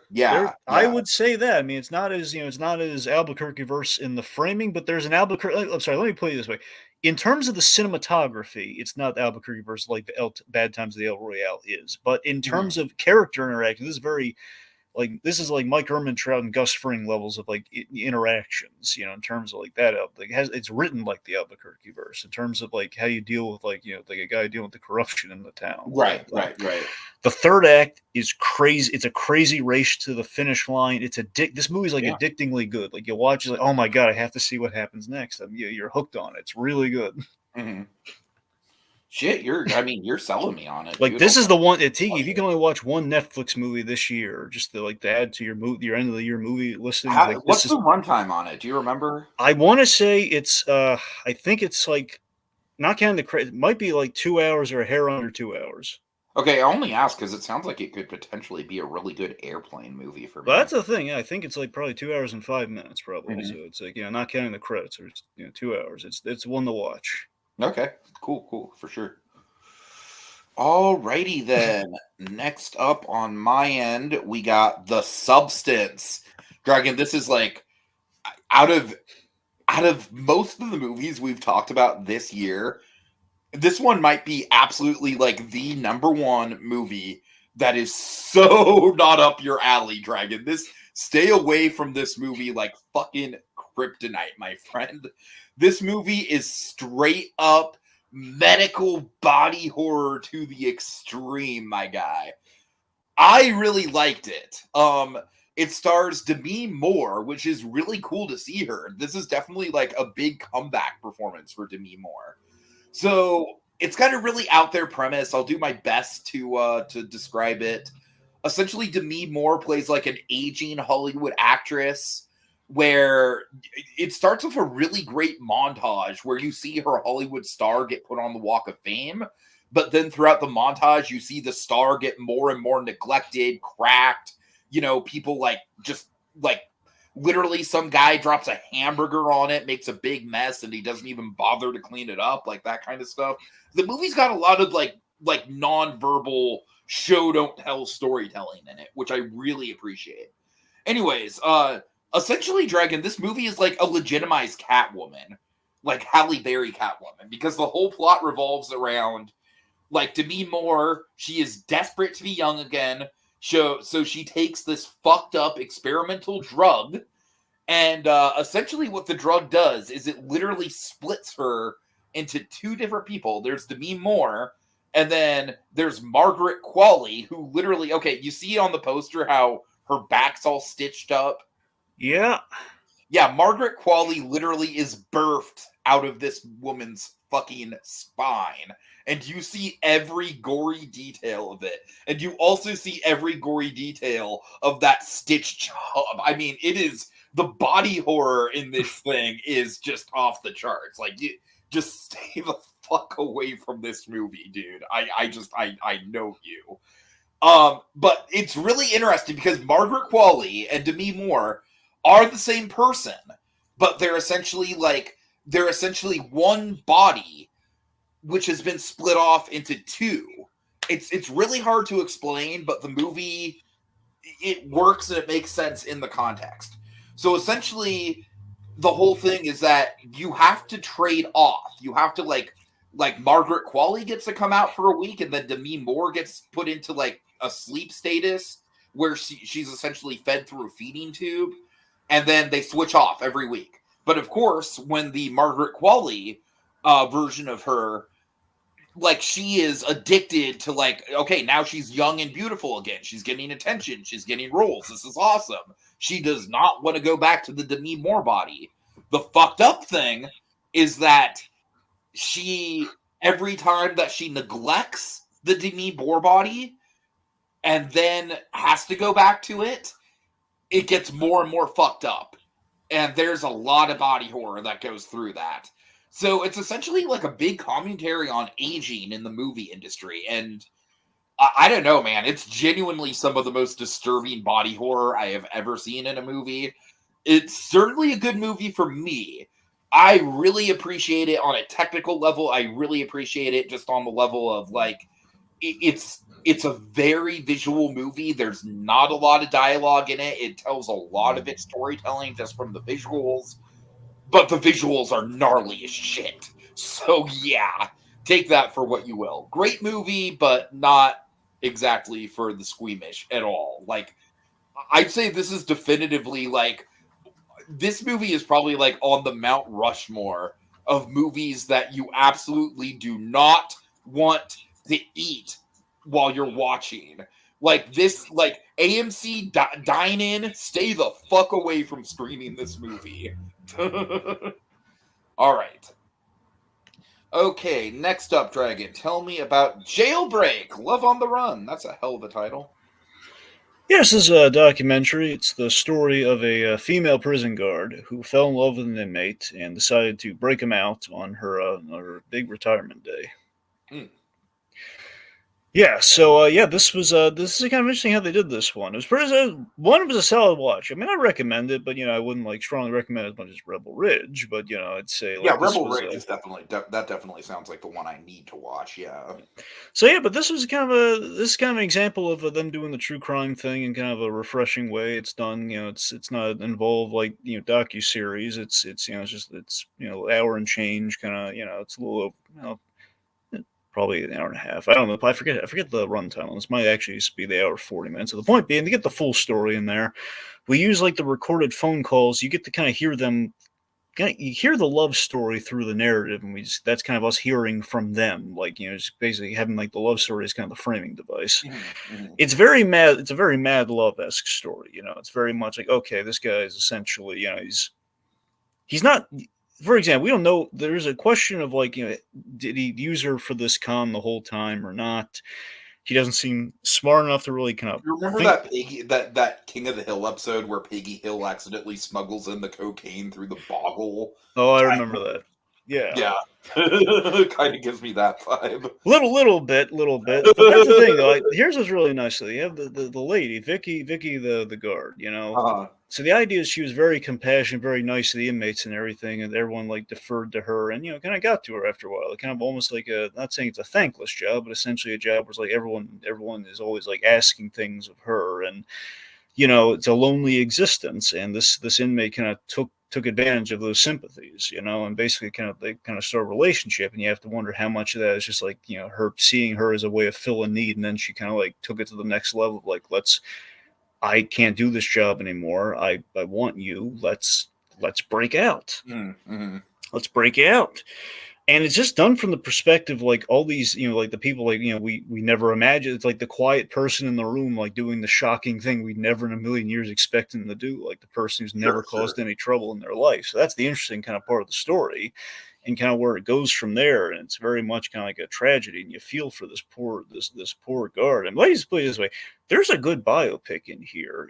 I'm not saying it's a story we haven't seen before, but I'm saying it kind of as kind of clean cut as this. This is very much like kind of a very achievable kind of like a biopic. This is a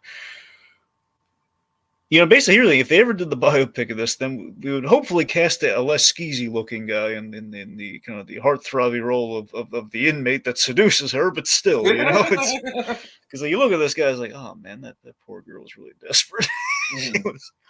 Yeah, but yeah, it was a solid watch. It was kind of, honestly, I watched the pad things out, but I was wondering, okay, am I going to be stuck with this? Am I just going to have to swallow this to kind of pad things up? But no, it was good. Sure. Yeah. Nice.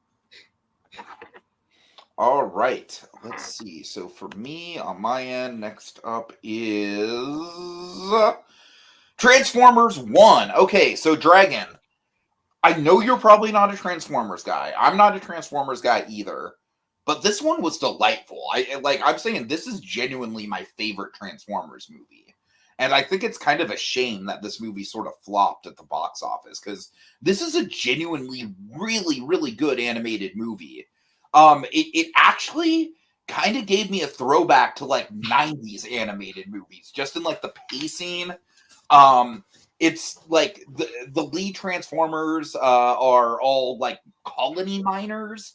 So it almost kind of gave me like an Ants or Bugs Life vibe, just based on the mining element of it, which is, kind of weird for a Transformers movie to make that comparison, but I think it works. I do think the movie's pretty predictable. It's pretty paint by numbers as far as the plot goes, but the dynamic between Optimus Prime and Megatron, and they don't start out with those names, but I'm sorry, I forget the names that they start out with. It's very much like a friends to enemies story, and it's a compelling one, man. Like Brian Tyree Henry and Chris Hemsworth. Chris Hemsworth plays Prime, and Brian Tyree Henry plays Megatron, and he really kills it. I And believe it. yeah, and I think that I am like way more invested in these characters than I ever was in the live action movies. But you know who steals the show, Dragon? Who? Keegan-Michael Key as Bumblebee. Hey, there you go. So Keegan-Michael Key, Dragon, there is a joke cameo of Aaron. Huh. You know Aaron, right? I think so. Okay, remind me. What's the bit It's for the Key and Peele, the substitute teacher. That's literally okay. So that was his name. Okay, that was his name then. No, so basically what it is that Bumblebee is kind of treated as like sort of like an eccentric guy who's been down in like the depths of the mine for a long time, so he doesn't really know how to socialize with other Transformers. Mhm. I kind of got his character as like a little bit autism coded, but you know what? I see every Yeah. character with a social challenge is an autism coded character. That's just Sometimes people are just shy, but you know. Right, exactly. But he's got like these three robots at a table that are obviously like not functioning, obviously like quote unquote dead as far as Transformers go. And one of them he affectionately calls Atron. Nice. And I was like, oh my god, that's wonderful. I love this movie just for that alone. There you go. I think that the visual look of the movie is really good. I don't think the trailers do it justice, especially when they get to the surface of Cybertron and it's all crystally and weird, and you see a bunch of alien creatures and stuff. Steve Buscemi plays Starscream, and Dragon, tell me that's not perfect casting. That's pretty on the money. Right. So yeah, man, I had a blast with this. I hate to say it, this might sound like sacrilege. I would probably rewatch this over The Wild Robot, which is crazy to say. No, but seriously, man, I had such a good time with this movie. I think this movie is perfectly paced. I think it's got some really great arcs, some really strong comedy. It's essentially the mutant mayhem of this year. That's kind of what I would describe it as. Okay, that's fitting.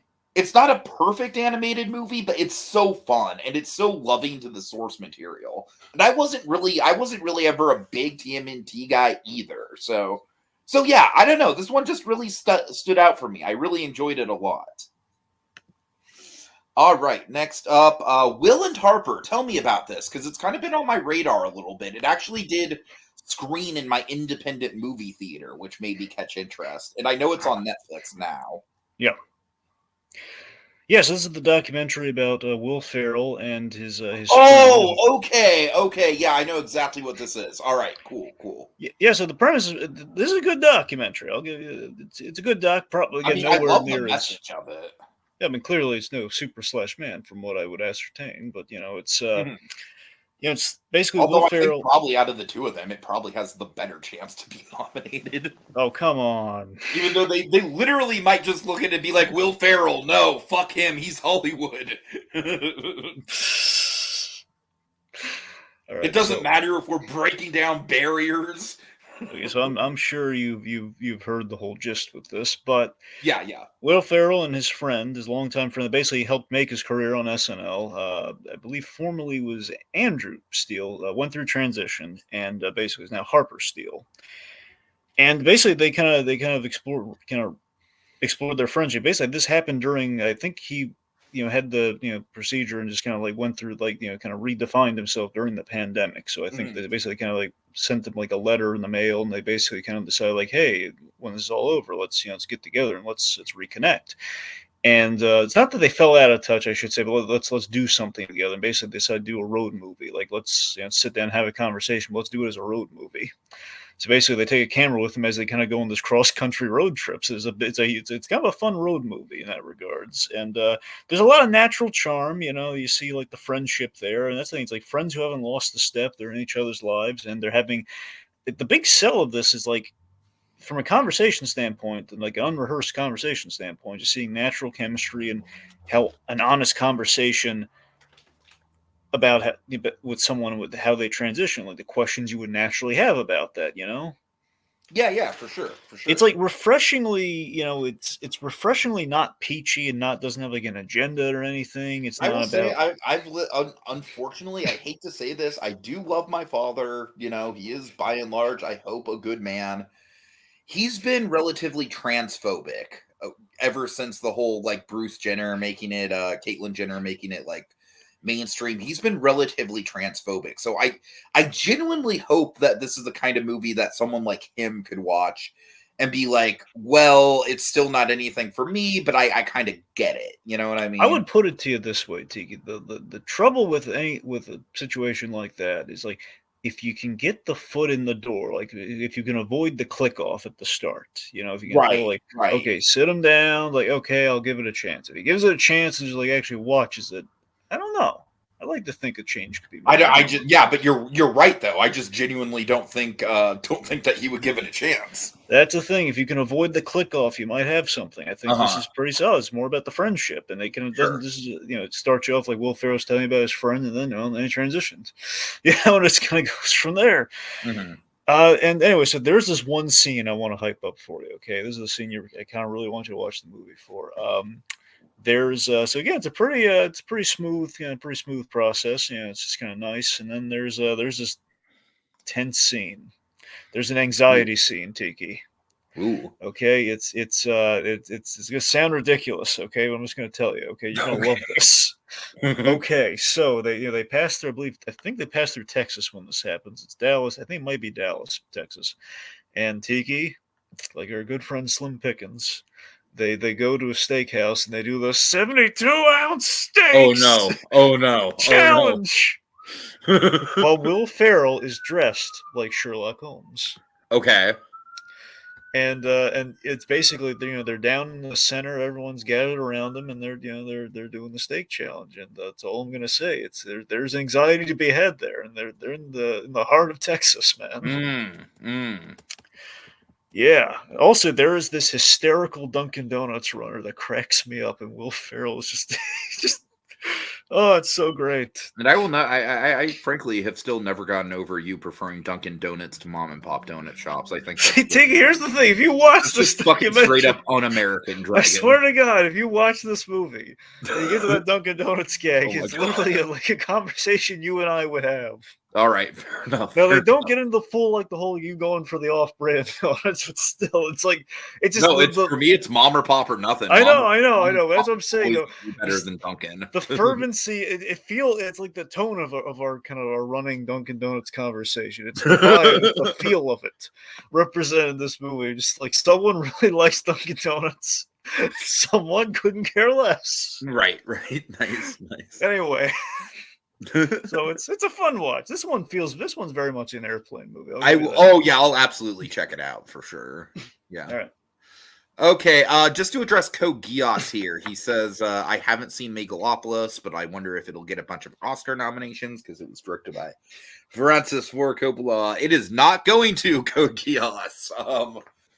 I'm sorry, but once again, this movie is... I mean, Dragon, do you have any interest at all in seeing Megalopolis? Because frankly, I don't. Here's the thing. Theatrically, no. When it comes to streaming, yes. But here's the thing with me. I feel like it's a big budget movie, so it's like I kind of feel like if you were to see it, you'd probably want to see it on the big screen. But I heard something crazy about it, but I don't know if it's true. I heard there's like an interactive part of the movie. I've heard that too, which is fucking bonkers. Which I don't know how the heck that works, but it's like, I mean, I wonder. That's the thing. I mean, I'm just really inclined to wait for it to stream, but that's the one thing intrigues me. I wonder what that would be like. Yeah. All right, anyways, back to my movies. I've got 2 left here. Speak No Evil. Dragon, do you remember it all when I talked about the original one? I do remember you mentioning the original. So the original Speak No Evil, genuinely the most disturbing horror movie I have ever seen in my life. I am Uh-huh. not exaggerating. I am not being hyperbolic. That movie fucking shook me to my core, and no other horror movie has ever affected me on that level. And the American remake is by and large fine. It's good. It's not like offensively like, oh my god, what did they do to the source material? Like a lot of American remakes are. I will say, as far as the cast goes, you got James McAvoy as the bad guy, the head of the bad guy family, and he kills it. I mean, it's just as unhinged of a James McAvoy performance as you're gonna get. It's awesome. He's also physically like a beast. Like that dude has buffed himself up. Like he just looks physically intimidating. And then you got Scoot McNairy as like the pushover dad who's kind of like letting all this bad shit happen. I think he's also perfectly cast. So by and large, I actually think this movie has a better cast than the original. But yeah, the third act definitely goes for more of a Hollywood ending, which on some level I was kind of relieved at, because the fucked up stuff in that movie really starts at like the last 20 minutes. And then it's just like you're literally just like trapped there with the characters as they're going through like the absolute worst case scenario they could ever think of. So I'm glad I didn't have to like go through that ending again. But at the same time, that ending is kind of like what gives the original movie its power and its punch. And so to see the characters actually get out of the situation in this one, not sure how I feel about that. I kind of feel like there should have at least been like some sort of casualty in it. I don't know. Maybe Scoot McNairy could have sacrificed himself or something. I don't know. It's a decent movie. Nothing I would like strongly recommend. It's nothing that I'm going to like remember. Like a few years from now, I will certainly remember the original, but it's fine. Definitely elevated by the McAvoy performance, if anything else. All right, and then the last movie is this one really blew me away. Do you know anything about My Old Ass outside of the fact that it has a really kind of cheesy title? Is it about a donkey? No. It's about, so essentially this 18-year-old, about two like as like a going away party thing, because she's going away to college in like 2 weeks.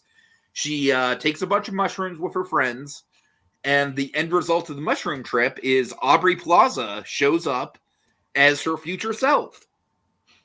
And the whole movie, Aubrey Plaza has one scene with her in the woods, and then they interact with each other over the phone, which is a really cool kind of conceit where Aubrey Plaza puts her phone number in the teen version of herself's phone, and she doesn't know if it's going to work or not. It does.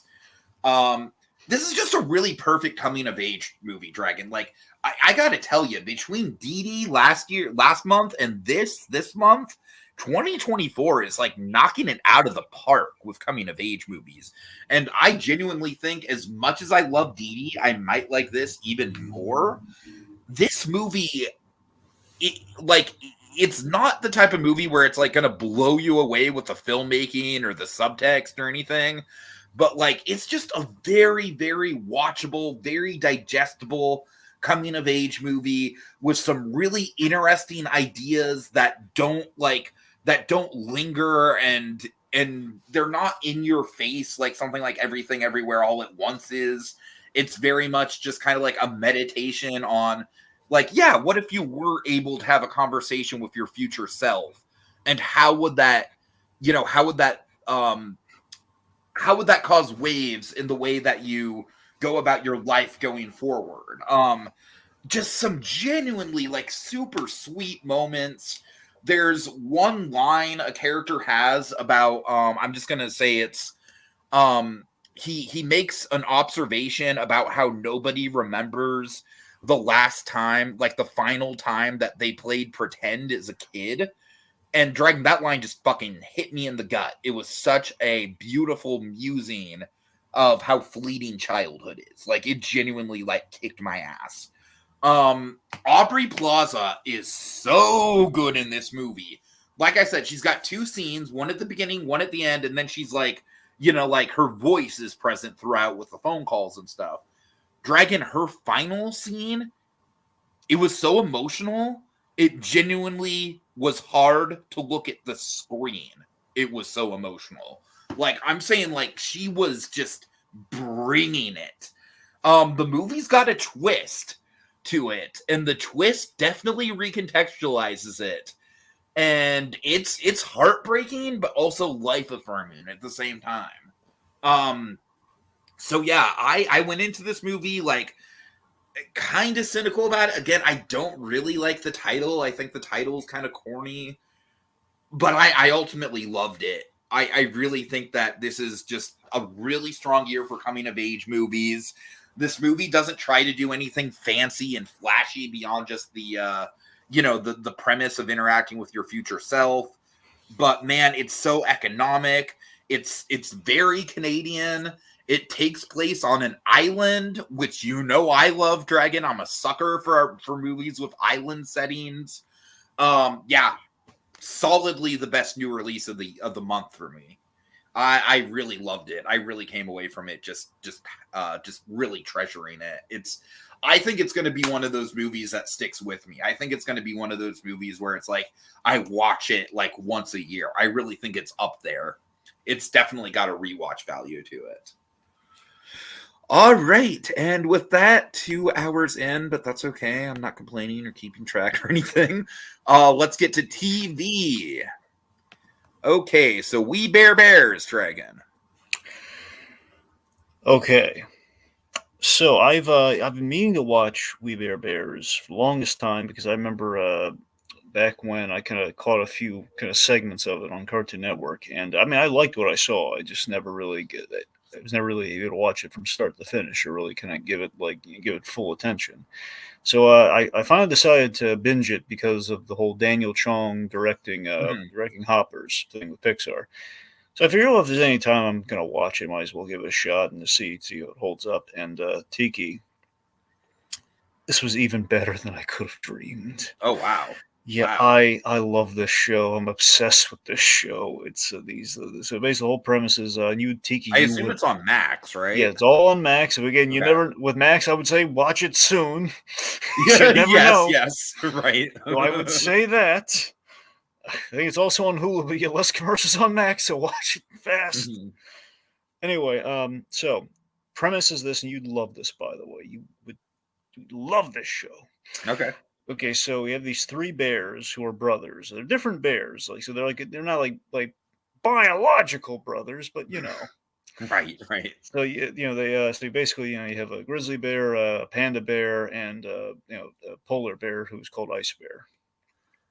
Anyway, so basically they're kind of like I guess you'd label them. They're essentially millennials. These are like they've been raised in the generation with the phones and everything. So these are probably they're I guess again kind of when we flash back to them, I think we see them in probably the early 2000s. So that's probably they're millennials, I'd say. Mhm. Anyway, so they're millennials, and this show was made like between 2015 to 2019, 2020 if you count the movie. So that's kind of the range of time we're working with here.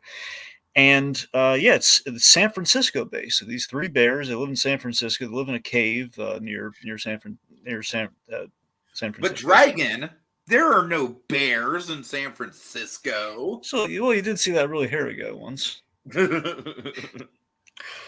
Anyway, so it's basically this started as like a web comic series. He did a web comic and then it evolved into doing an animated series. And basically, you get two types of episodes of We Bare Bears because they do two different types of segments.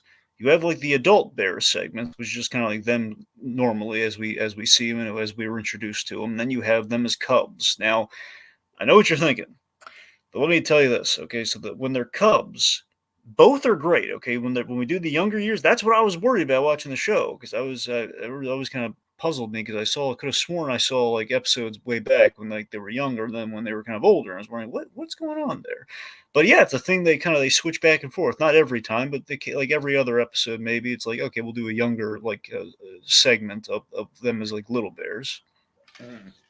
and it's ridiculously cute when they're little bears, and they sound like the adult characters, in terms of in terms of like what they would say and everything. Anyway, so uh, I took a sample of like there's a spin-off show which is it's called We Baby Bears, and I tell you I've heard bad things about it. I only watched a little bit of the first episode, and I can see the difference. I think it doesn't seem like egregiously bad, but let me put it this way: it's like the revamp from the new Batman Adventures, where stylistically it feels Mm. different, and I'm getting the sense that the writing might not be as clean as the original show. So the original, when I recommend We Bear Bears, and mind you, I can't say this having watched all like the Little Bear, the Wee Baby Bear show, but just the core original show, which features both, features the adults and the little ones. Like that's the one to watch. Just stick with the original, because this don't start with like the prequel We Baby Bears. Don't do Mm. that. Anyway. Um, again, like this isn't a. Again, I love the supporting characters in the show are great. It's got a great voice cast. Patton Oswalt plays this influencer koala named Nom Nom the bear, and he's like a monster. And he's great, like a monster in terms of like this is Patton Oswalt, a guy who's been around. He's been in Hollywood. And he knows like he knows how like horrible celebrities and influencers can be. And that's him Sure. doing like a parody of this sort of thing. Like Nom Nom is like the big internet celebrity who's like this adorable koala, but it's like Darla Dimple practically Oh from God. Oh like Jesus. but again, like a realistic like Darla Dimple, like not he's not doing like he's not trying to drown everyone. Right. Right. Then again, he did try to train sharks to eat the bears once, so I mean it's so to a degree. Point being though, there's a lot of fun, crazy things in this show. There's a side character who is like the best thing ever. Ranger Tabes is amazing. It's Ooh. like everything you loved about Ranger Smith, but even more endearing and adorable. Right. Right. Like this lady who's like a bigger than life personality, and she shows up. Basically, she's like a park ranger who's like the most awesome procedural cop you've ever seen. Okay, that sounds like an amazing Like character. Olivia Benson on steroids, man. Like she's Uh, awesome, and she's all chipper, and she's friendly, and she's not like this show doesn't do any of the stereotypes, man. It's awesome. And here's the episode that's going to sell you. The episode that sold me, and from what I understand, sells a lot of people. It's like early on, okay? It's called Tote Life. You got to watch Tote Life, Tiki. okay. It's still relevant with what we're doing with like the whole, they're charging you now for the extra bags at the grocery store. Like that, this is what this episode's all about. So there's a whole bunch of just fantastic episodes. The origin episodes on the bears, like the best flash. Ice Bear steals the show, but everyone loves Ice Bear, like the polar bear character. He's fantastic, and I think you'd like him. Jason Lee plays a character. He plays essentially Bigfoot, who's like a really kind of he's like this really kind of like a Kramer of a Bigfoot. Mhm. Just kind of pops in. Nobody wants him around, but he just there's a charm to him. Anyway, this show's the rounded out. This show, I can't say enough nice things about the show. I don't want to ramble on indefinitely, but it's cut from the same cloth of Steven Universe, only more accessible. Like some people don't like Steven Universe, some people will never like Steven Universe. This is like I think any average Joe you could show them this show and they're gonna like it. Mhm. And Nice. the Pixar is in such good shape with Chong directing, man. With this, I'm just saying, like based on this, they are so in, man. Especially like an animal-based premise. Yes. Yeah, yeah, yeah, It's for like, oh sure. my god, the stars aligned. They won the lottery with this guy. This is gonna turn out great. All right. All right. Okay, so Dragon, I had no idea that we were this close to a new season of Only Murders in the Building. So when I saw that a new season had started, I was like, well, shit, I got to get caught up so I can actually, watch at least part of season 4 live. So yeah, within about a week, I watched seasons 2 and 3, like binged them back to back. So I'll start with season 2. Season 2, honestly, I don't know how unpopular of an opinion this is. Season 2, out of all of them so far, might be my favorite season, specifically because I think the victim is by far the most sympathetic and you care a lot about her. Like I love the flashback to Bunny's last day on Earth. I think that I think that you really get a lot of character there about what a complex woman she was and how she wasn't just like, the stuck-up bitch landlady, and how she was almost kind of like fighting that stereotype. I think the mystery is genuinely pretty intriguing. Although I will say the wrap up with who actually did it was maybe a little bit out of nowhere. And generally speaking, I kind of feel like Only Murders doesn't do wrap ups particularly well. But I do think that with this show, with this season, we got a little bit more of like the character focused episodes than the first season. So stylistically, it was kind of starting to come into its own. I think unlike season 3 and even a little bit of season 4 so far, I feel like the 3 leads are still very much on point with their chemistry. You don't really break them up all that much.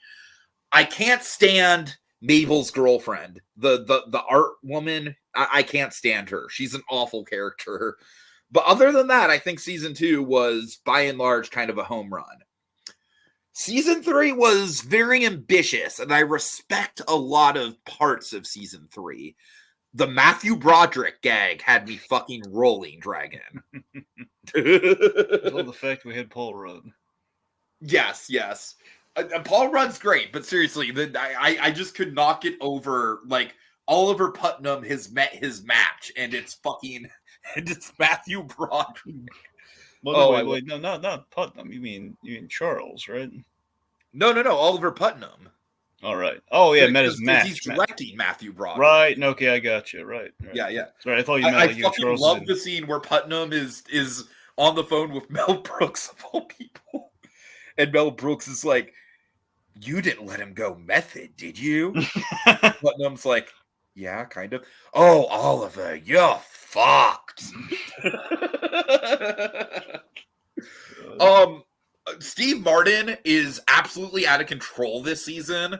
The whole which of the triplets did it? Triplets did. Yeah, the Pickwick triplets did it. That song, man, and the build up to it, and then when he finally does just deliver it flawlessly, it's just awesome. I love the white room.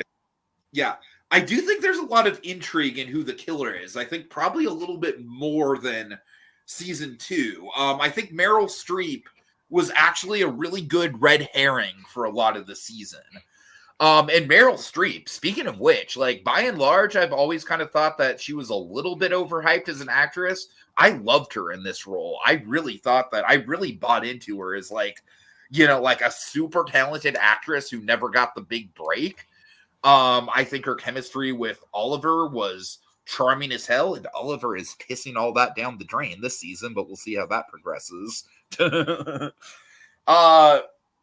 And ultimately, I did like how we had like the whole thing where there's technically 2 killers. I thought that was kind of a clever twist.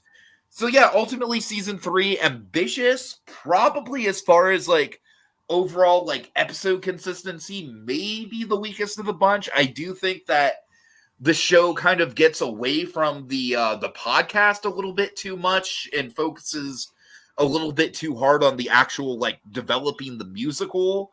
But it's an interesting change of pace. The musical definitely gives the season a very unique identity. I'll give you that much. So yeah, I enjoyed it for what it is. So yeah, glad to be caught up. I started watching season 4, starting from episode 3 live. So yeah, I'm on it now. By the way, did you recognize the Better Call Saul alumni who's in season 3 of Only Murders? Oh, tell me.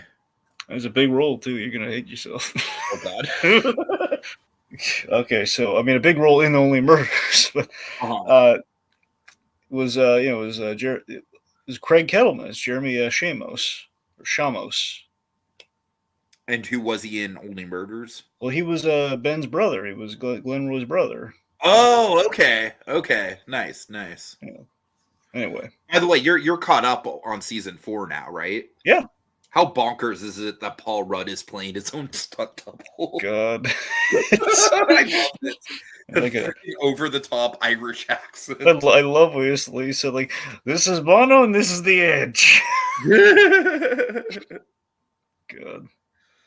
It's like demented about the rats and everything. God. All right.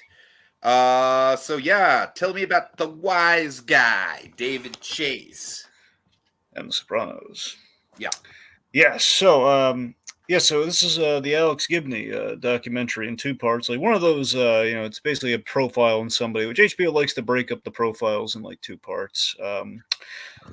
But yeah, this is of course I've seen The Sopranos. I've probably binged through it like twice. My grandfather was obsessed with The Sopranos, so he loved it. So I kind of owed it myself as like already I you know I've seen that, and I've seen like the recap podcast on The Sopranos by the stars of the show. So I mean, I've been involved in the world of The Sopranos, but nowhere near as like well versed as I am the Albuquerque verse. But I was interested because David Chase is really this enigmatic figure. Anyway, sorry. Yeah, so David Chase is this enigmatic figure in The Sopranos. In terms of like he's the genius who kind of cultivated like basically the Breaking Bad before we had a Breaking Bad, of course, in tandem with The Wire, et cetera, et cetera. And the way we do the interview with him is really getting the heart of him. So it's basically it's not just The Sopranos itself; it's the show itself. It's mainly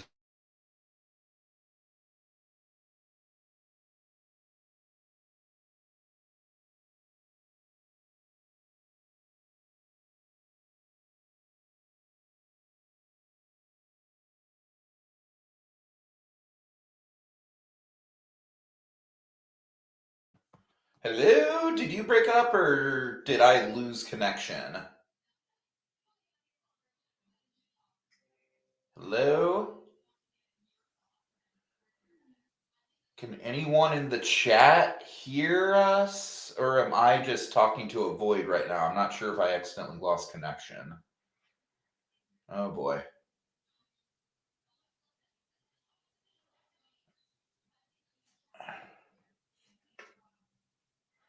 Okay, guys, if you can hear me, just give me a second. I'm kind of tending to something right now. Just give me a second.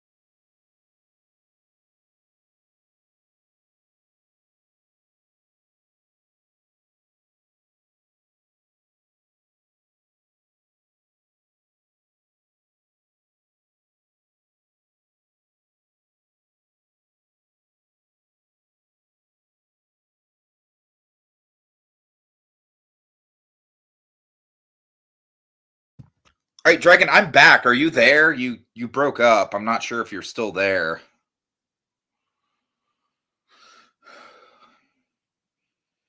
And that's bad timing because I was like right in the middle of having to tend to something.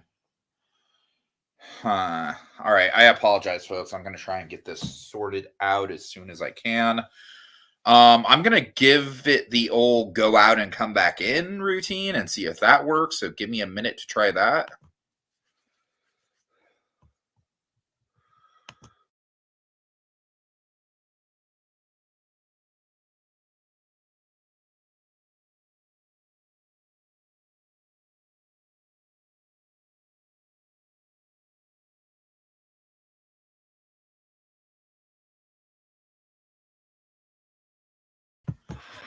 Okay, Dragon, you're not there? Okay, folks, give me a minute. I am going to Skype him. I am terribly sorry for the interruption. You there, buddy? No? Okay, hold on, guys.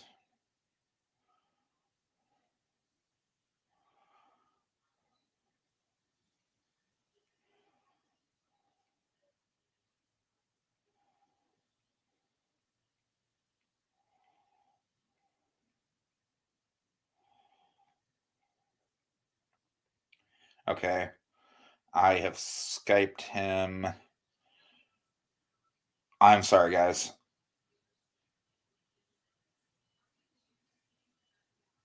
Okay. While we're waiting to get back on track, Vamp, talk about your next. Okay. He said Vamp or talk about your next pick. I will do both. I will do both. So, folks, tomorrow night, Dragon and I, after God, I'm sure it's been over 5 years since we started our animated Batcave journey. Probably closer to 10 years. I don't think we started it like right when we started working together, but pretty quickly. I don't know. I'd have to look into exactly how long animated Batcave has been going on. But we have reached the definitive endpoint. We've been on Batcave Beyond for a while. We talked through that whole show. We talked through a spin-off comic. We talked through some spin-off episodes.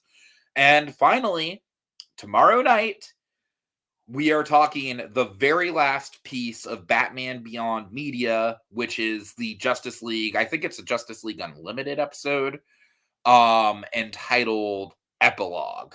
So yeah, stay tuned for that. I gotta be honest with y'all, it's gonna be super bittersweet saying goodbye to Batcave, because that's kind of been like our go-to. Like, if we don't have anything else going on that week, well, we always got Batcave. So it's like, we got to figure out other stuff to kind of fill our time with now. Now, guys, I would personally love it if Dragon committed to a series where he watches through Lost for the first time. I would love that. But I don't think he's going to go for that. But if that's something y'all would like to see, Blue Dragon 5 reacting to Lost for the first time, put it in the comments and maybe we can peer pressure him. What do you say to that, Dragon? Peer pressuring you to watch Lost for the first time? Oh boy. Hello? Okay. Dragon, I don't know what's up. I still don't have you here. All right. Well, yeah, that's coming up tomorrow. Oh, private chat. What's going on, private chat? Still nothing. I'll be back. Okay. Yeah, for sure. Okay, I will go ahead and get my next entry here, which I can pretty definitively say is something Dragon probably doesn't care about, so it's probably fine. Has Been Hotel, Season 1. This is a show that my very good friend wanted me to watch for a long time, but I haven't gotten around to it until now. And I will say that, like, the world building and the lore in Has Been Hotel, especially because it's like directly connected to Hell of a Boss.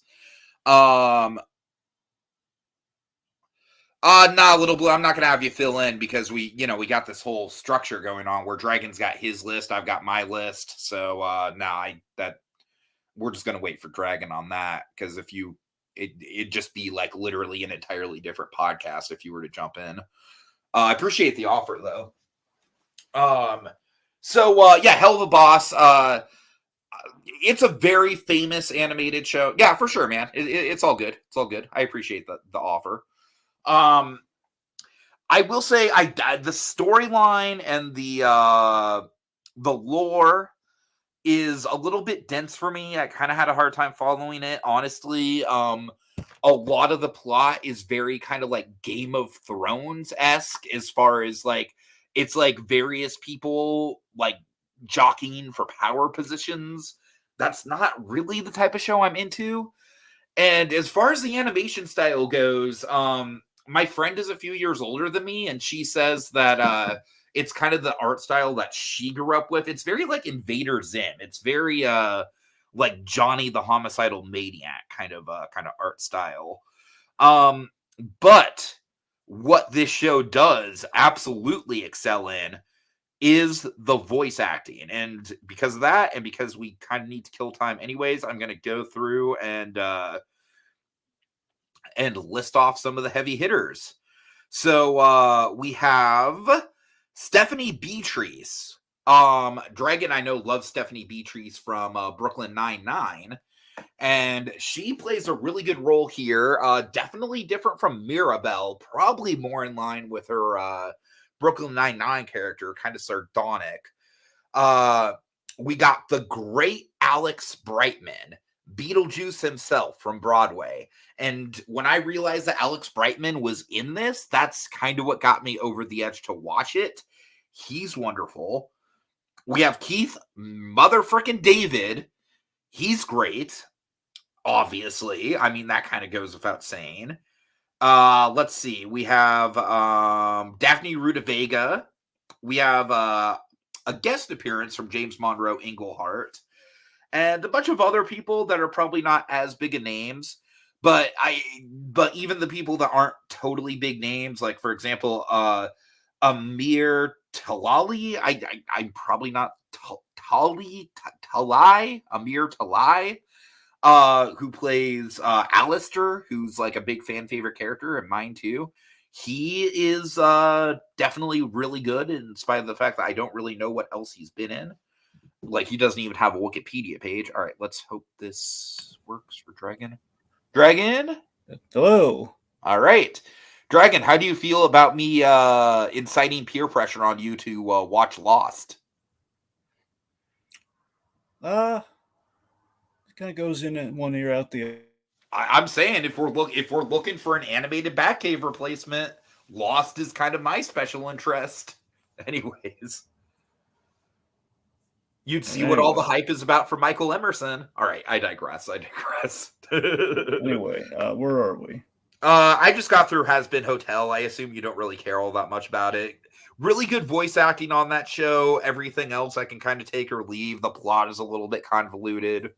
But really, really good voice acting. Stephanie Beatrice is on that show, and she's wonderful in it. So I guess your next pick after Has Been Hotel on my end. So Time Warp. Right. Did you hear anything about David Chase, though? Unfortunately, you cut off after the first couple paragraphs of talking about it. So if you want to go over that quickly once again, you can. Okay, look, just to recap it, okay? Even if you don't care about spoilers, I could say anyone could really get into this and walk away. Also, I totally forgot that David Chase also did The Wire. Yeah. I always just thought of him as the Sopranos guy, but yeah, that's a big 1-2 punch. All right. Yeah, so if you don't care about spoilers, you can go into The Sopranos, pretty clean. You go into this pretty clean about The Sopranos, and just kind of like, because it covers all the iconic moments. They did like the therapy session. It basically connects the dots between the man and his creation. It's good. Nice. Okay, so Time Warp, the greatest cult films of all time, volumes 1, 2, and 3. Basically, this was like a 3-part docuseries I saw via Peacock. Joe Dante, he basically did kind of like a movies panel with with got a whole bunch of interviews and everything with some people in the industry, kind of film aficionados, and everyone's kind of talking about the cult hits, sorted, and each segment was kind of sorted by genre. Like Volume 1's like Midnight Madness. This is talking about stuff like Rocky Horror and Big Lebowski. Reefer Madness, stuff like that. Most of the underground stuff, and the stuff that kind of turned really big overnight. Like things that were not projected to be successes, and they just kind of like they overperformed. So, Volume 2 was horror and sci-fi. You had like Evil Dead. This is where we kind of covered, like the original Evil Dead, not the sequel. Evil Dead, Texas Chainsaw Massacre, and we have like Bruce Campbell and John Waters doing interviews. Nice. They even cover Human Centipede. Oh God! Oh, Human Centipede is a movie I refuse to watch. No, I'm not fucking around with that, man. That body horror is too real for me. Just they show like a brief clip of it in the thing. It's like the staircase idea is horrible. Uh huh. They crawl up the stairs. Oh man. And then third one's comedy and camp, and this is where Kevin Smith comes in the fray. Now again, he's there for all three parts talking about stuff. It's fact, Kevin Smith while we're talking about Clerks, and they're talking about Kingpin. No, not that one. Talking about the one Woody Harrelson and Woody Harrelson and Randy Quaid. And they also bring it full circle with the Midnight stuff with The Room. Oh, nice. Oh, and they talk about Your Baby. They talk about Napoleon Dynamite. Okay, you know what's funny about Napoleon Dynamite? There's actually going to be a screening with John Heder and John Grease, and then also the guy who played Pedro in Petaluma in February, so I'm pretty psyched about that. Yeah, so they had John Heder. He was there and he talked about it, and then it's a fun watch. It's basically a classier version of the VH1 retrospectives. It's kind of what it feels like. All right, and then okay, so back to me. We've got Chimp Crazy. All right, so Dragon, when you asked me how I felt about it, I had only watched the first episode and hadn't even gotten all the way through, and I was like, yeah, it's all right, it's cool. Dragon, it picks up at the end of episode 1 because basically the first episode just establishes like the community of people who own chimps and the sanctuary and everything. It's got like a very Tiger King feel, appropriately enough, because it's done by the same guy who did Tiger King. But episode 2, the whole thing essentially turns into a heist, because essentially what happens is that there's this sanctuary of chimps that PETA like gets involved in, and basically gets court ordered that all the chimps have to evacuate because they're being mistreated. And so one of the women who works for this sanctuary, the bad sanctuary, the one that's kind of mistreating the chimps, she smuggles out a chimp, and not just any chimp, but a really famous chimp, the Babe Pig in the City chimp, like among other things. Like we're talking, this chimp is like Hollywood royalty. And so it becomes, from that point on, for 3 episodes, it becomes The Search for Tonka. That's the name of the chimp, obviously. And Dragon, that's where this documentary really shines, is that kind of like intrigue. Alan Cumming, of all people, is very invested in the Tonka of it all, because he worked with the chimp in, I believe it was, not Bernie's. Help me out, Dragon. Can you think of a movie Alan Cumming was in that would have a chimp in it in the 90s? Hold on, I'm going to look it up.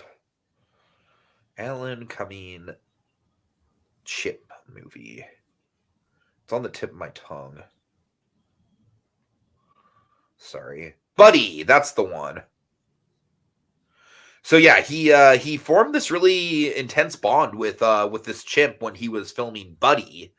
And and he kind of got involved with PETA. I think one of the interesting elements of this documentary is it kind of makes a case for, while PETA does have questionable methods, it's almost one of those things, and I don't really think the documentary takes a side one way or another on it, but in situations like this, where these apes are just obviously, like, they're basically in a concentration camp, Dragon. Like, they're essentially in a prison, like, so there are cases where it's like, yeah, fuck yeah, these apes, they do need a better home.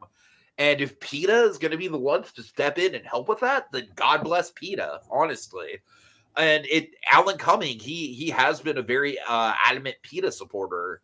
And he does make the compelling argument of, like, to incite social change, like PETA's trying to do, you have to make people uncomfortable. You have to push those buttons. So ultimately, I think this documentary is kind of compelling in 2 ways. It's compelling in the sense of, like, it becomes a heist movie in some sorts of, like, what happened to Tonka? Where is Tonka? And then also it kind of becomes like an examination on the morality of PETA as an organization. Like I said, it doesn't just let PETA off the hook entirely. I mean, it shows some of the fucked up stuff that PETA's done over the years, as far as like the shock value protest or anything. But it does make a good argument for why that kind of stuff is almost necessary. And so, yeah, Dragon, I actually think if you can stomach the animal cruelty stuff, And that's honestly a big if, because I will say the animal cruelty stuff in this is probably even more disturbing than the stuff in Tiger King. But if he can stomach that, this is a hell of a watch. I mean, Alan Cumming becomes like a main character in it. That alone is like really compelling. So yeah, I would recommend this, but again, if you're squeamish to animal cruelty, it's a hard watch. All right. And finally, Kite Man, hell yeah. I got to admit, I was kind of surprised it took you this long to get around to this. Well, I mean, Tiki did premiere like I've been. Well, I mean, I was there when it premiered, so I don't really, Oh, well, I'm sorry. It's a weekly episode release Yeah, then. yeah. Okay, that makes sense. That I can never tell if it's one of those or not. I have a hard time keeping track of that.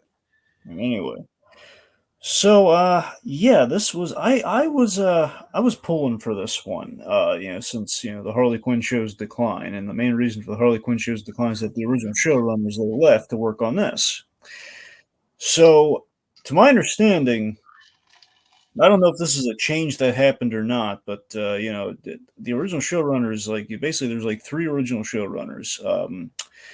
Primarily, there's Patrick Schumacher and Justin Halpern, and then you have Dean Lorey. Now, I did notice that Schumacher and Halpern did not work on Kite Man. It was only Dean Lorey. Ooh. It feels like One out of the three. I don't know if I was misled or not, or something changed, but it feels like we needed the trio. Uh-huh. So yeah, here's the thing. So I was hopeful that this would be like a breath of fresh air compared to what happened with the Harley Quinn animated show after season 2, and but Kite Man is a great character. He's a solid character, and I think we represent him well. And basically the whole point is like, so Kite Man, he's leading his own show. He's found his other half in Golden Glider, like the character that we kind of set up. That okay, so he's met somebody. It's see, basically we tried turning the show into like a villain version of Cheers with Noonan's. So basically, Noonan's was the bar we had in Harley Quinn, and basically it's like Kite Man and Golden Glider buy a bar, and they basically own it now. And it just kind of feels like, okay, it's kind of a weird, warped version of Cheers. Uh-huh. Which, I mean, I should be really down for that idea, but it just feels kind of, we're kind of getting away from like, Kite Man being a lame Kind of super losing the script a little bit. Yeah, yeah. And, we have one of our, here's the thing, even this show has Jonathan Banks as a recurring, as the bartender. He plays Noonan. He is in the show. That should be a slam dunk. It should be, and he's great in it, but it just feels like, it's like it's getting to the problem that late stage Harley. We have a great supporting cast, and then we get to the point where it's more supporting cast than the namesake character. Uh-huh. I mean, I like some of the ideas in the show. Like we have Villigans, which is like the Amazon competition for basically like Bennigan's. Like what if you mixed Bennigan's with Amazon? What if you combined those? It's essentially what Villigans is. Okay, that's really stupid, but really funny. Yeah. So anyway, so Kite Man, like for example, idea that's a slam dunk. Kite Man comes into possession, the most harmless, stupid, like Batman villain ever. Comes into possession of the most dangerous thing in the DC universe that Darkseid wants, the anti-life equation. That's great. That's priceless. I love that idea. Uh-huh. But, it just feels like he's getting lost in his own show, and unfortunately, some people had to be recast kind of in the wrong way when you think about it. It's like, hey, we can't get Giancarlo to come back as Lex right now because he's busy doing Giancarlo things. Right. However, we're going to get Lance Reddick, wonderful actor. Sadly, it's going to be a one-season deal. It's like, hey, we had Michael Ironside's Darkseid. Not anymore. I guess he's busy too. But we have Keith David. I love Keith David. It's not a downgrade, but you see what I'm saying. We're kind of lacking cohesion with our spin-off show here. Uh-huh.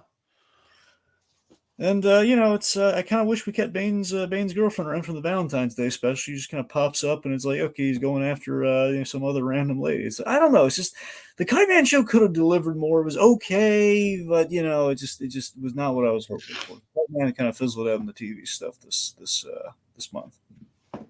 All right, Kogias says a lot of the humor in Kite Man doesn't work for Yeah. me, just like Harley Quinn. However, I love Keith David's Dark Yeah. Side. There's also I a mean, it's good. animated series I like seeing again. Yeah. All right, Dragon. I really don't want to rush this, and I know we're kind of towards the end, but like my cutoff is kind of getting near, so I'm gonna kind of have to yada yada through these catch up picks, unfortunately. So getting into catch up, fortunately, I feel like not a lot of them are like pivotal. So the Garfield movie, I mean, Well, T guys, I told this one too. Oh, you did? Okay. Yeah. I mean, it's on Netflix, so it's like, why not? Right? Yeah. It's an easy watch. I'll let you take this one first, Dragon. What do you think? So the Garfield movie is interesting. One, I love Garfield. Period. I love Garfield. I love the holiday specials of Garfield specifically. But I've enjoyed them kind of year. Anyway, so Mark Dindal directed this. Of course, Mark Dindal, high pedigree in animation and stuff we loved. Emperor's New Groove, Cats Don't Dance. Right, Also, of course. some things we didn't love, did Chicken Little. So it's not all.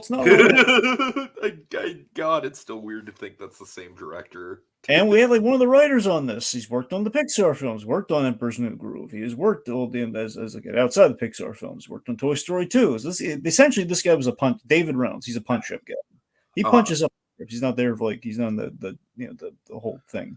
So here's the thing. I'm on the fence with this Garfield movie because again, one, I love Garfield, and the first 12 minutes of this movie is all money for Garfield. The first 12 minutes of this movie is exactly everything I wanted out of this Garfield movie. And basically the best case, what a Garfield movie should have been in line with this 12 minutes.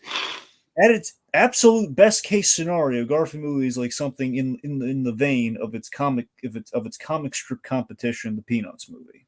Mm-hmm. Best case, giving Garfield, an old long lost father who in quotes abandoned him, that already it's not a great idea. And then the thing that kills the movie, giving Garfield a villain. Garfield doesn't do villains. We don't alone Diet Coke Darla Dimple, okay? No. A lot of Darla Dimple references this podcast. Well, because we were building to the thing here with with Mark Dindal doing Garfield. He's always going for, look, Mark, okay, you can't replicate Darla Dimple. Stop trying. This is stupid. Okay? Garfield doesn't need villains. He doesn't. For crying out loud. But again, there are elements of the movie. I like Ving Rhames. That whole story with the bull. I like that. It's just, I don't think we need a whole heist movie just because it's Ving Rhames. Right. So I'm saying there's a lot of stuff we're just throwing there. So I'm on the fence because I like the movie, but I don't like the movie. It's just why can't the 12 minutes be the whole, like, as a Garfield short, this movie's amazing. As a Garfield movie, it leaves little to be desired. So I'm not gonna lie, I have you and I are like surprisingly like incredibly in sync with how we feel about this movie. Like when it first started, I was like, this is good. I don't know what people are complaining about. Yeah. As soon as the plot kicks in, I'm like, oh, this is what people were complaining about. All right. And it's like I don't even like hate having Sam Jackson there. I don't hate the idea of Garfield having like the long lost father figure, especially because the dynamic with John. John is like obviously like the father figure to Garfield. I mean, I will say, I think in this movie, I really like the John that we get, but man, he gets like fucking. He gets shortchanged. Yeah, he does. Yeah. We literally like Garfield movie the whole movie. Like, John is obviously one of the big core pillars of Garfield. It would literally be like not having a Peanuts movie and having Charlie Brown, but like or having Snoopy like in the forefront, but then Charlie Brown just like kind of just shows up in the first 10 minutes and then pieces out. It's kind of like that a little bit. So yeah, not very strong for sure. I don't necessarily think it's like a huge train wreck like other people might want you to think it is, but it's not great either. Yep. All right. Let's see. check the comments here. Kogia says, I like the Garfield movie. I have issues regarding lack of John screen time and some plot elements, but the film had a decent amount of humor and heart. Yeah, fair enough. Fair enough. Alrighty. Next up, mystery movie number 1. What do you got? The Boy and the Heron. Okay, I had a feeling you'd see this, and honestly, Yeah. I genuinely have no idea how you're going to feel about this. So finally saw it, folks. Finally. Most very anticipated streaming watch, I will say. I've been tracking this thing for months. Like, when will it stream? For the love of God. So, okay, the animation's still Ghibli at the top of its game. It's got, got that Miyazaki charm. I do think it's in need of a rewatch, but blown away by the artistry. It's obviously it has some deep ties to Miyazaki's early life and the daddy issues, with the whole war profiteering father and everything, all that. Love the voice cast. My favorite detail of the voice cast is Mark Hamill as the grand uncle, which is basically kind of like him coming back as it's kind of paying off. He played a villain in the beginnings of Ghibli, and now he's playing like this kind of the wise and kind of like kind of basically someone on the side of the good. I love Florence. I love Florence Pugh's performance too. I thought she was really good. Oh yeah, absolutely. Yeah. Anyway, so here's the thing. I think maybe it's a little. I think it gets maybe a little caught up in the philosophy versus the story, which the Ghibli movies kind of like they teeter on that. And I think we maybe teeter a little bit more into like, okay, it's symbolic about things. It's a it fine very line. much feels like a movie where like Miyazaki's kind of like working out like, oh shit, I'm retiring and I'm not going to be around forever. So it almost kind of feels like a therapy session for Miyazaki. It's like Miyazaki seems to take a gamble a lot of the time on. He doesn't fully know what again, it's kind of a gamble that I meant to mention this earlier too, for the Alex Ghibli, who's doing who did the David Chase TV documentary thing. Gilligan should be his next stop. I want him to do one on Vince Gilligan so badly. Ooh, yeah, for sure. That I want to know all about that, man. Anyway, so I bring that up because kind of like Gilligan with his shows, it was very much like the characters driving the narrative, so they don't fully know what they're going to end up with. They just have like a vague outline, like, okay, well, we know he's going to kind of start here and end there. We don't know what's going to happen in between. In that regard, I think Miyazaki doesn't fully know what this film's going to be. He just knows, like, he probably visualized, okay, I want it to be about this. And it's going to feature these characters. It's going to kind of look like this. There's no idea, like, what the story is going to be. So the movie's like more artistic expression versus plot, which sometimes the Ghibli movies are. And again, like for example, like this movie's good, but it does for me, and I need a rewatch. It doesn't top Spirited Away or Princess Mononoke, for example. But I do wonder though. It doesn't top Mononoke for me. It doesn't top for me, it doesn't top Kiki's Delivery Service. It's number 3 for me. It does top Spirited Away for me. So I don't know where it ranks per se, but I think the real thing I really want to compare it to is like I want to know if it really how it stacks up to The Wind Rises, because that's the real contemporary of this movie. I definitely like it better than The Wind Rises, but yeah. Okay. Well, again, I'd have to rewatch it to know for sure. But anyway, the movie earned its flowers. I mean, it earned the Oscar. I will give it that. Earned the Oscar. It's great. I'm so glad it won that Oscar, man. Yeah. Anyway, but yeah, so Boy and the Heron was great. I was glad I finally saw it. It's a young man's game when you kind of see an animated movie and it just kind of transports you, Totally. Kogias, I would not strike you as someone who is like, I can't imagine anything topping The Wind Rises. But hey, he's a man of surprises, I guess. Dragon, since I'm kind of running low on time here, is it okay if I group my documentaries together and then you can group your next 2 together as well? Do I have a choice? Just all right. Well, just because by and large, I feel like the 2 documentaries, I pretty much have the exact same thing to say on them, which is, so Remembering Gene Wilder and then Pencils versus Pixels. They're both very, very good, very solid. They will never be nominated for best documentary, which we've already established. Or Gene. I think out of the two of them, I definitely like Pixels versus Pencils a little bit more, just because I feel like it had a little bit more of a forward momentum and a thesis to it. Remembering Gene Wilder is very sweet. It's very informative on the man's life, but ultimately, it's there's a little bit of a puff piece quality to Remembering Gene Wilder. A little bit. I'm not even saying that in a bad way. It's just by and large, it's a movie that's just kind of like set up to celebrate the man, and that's exactly what it does, and it does that well.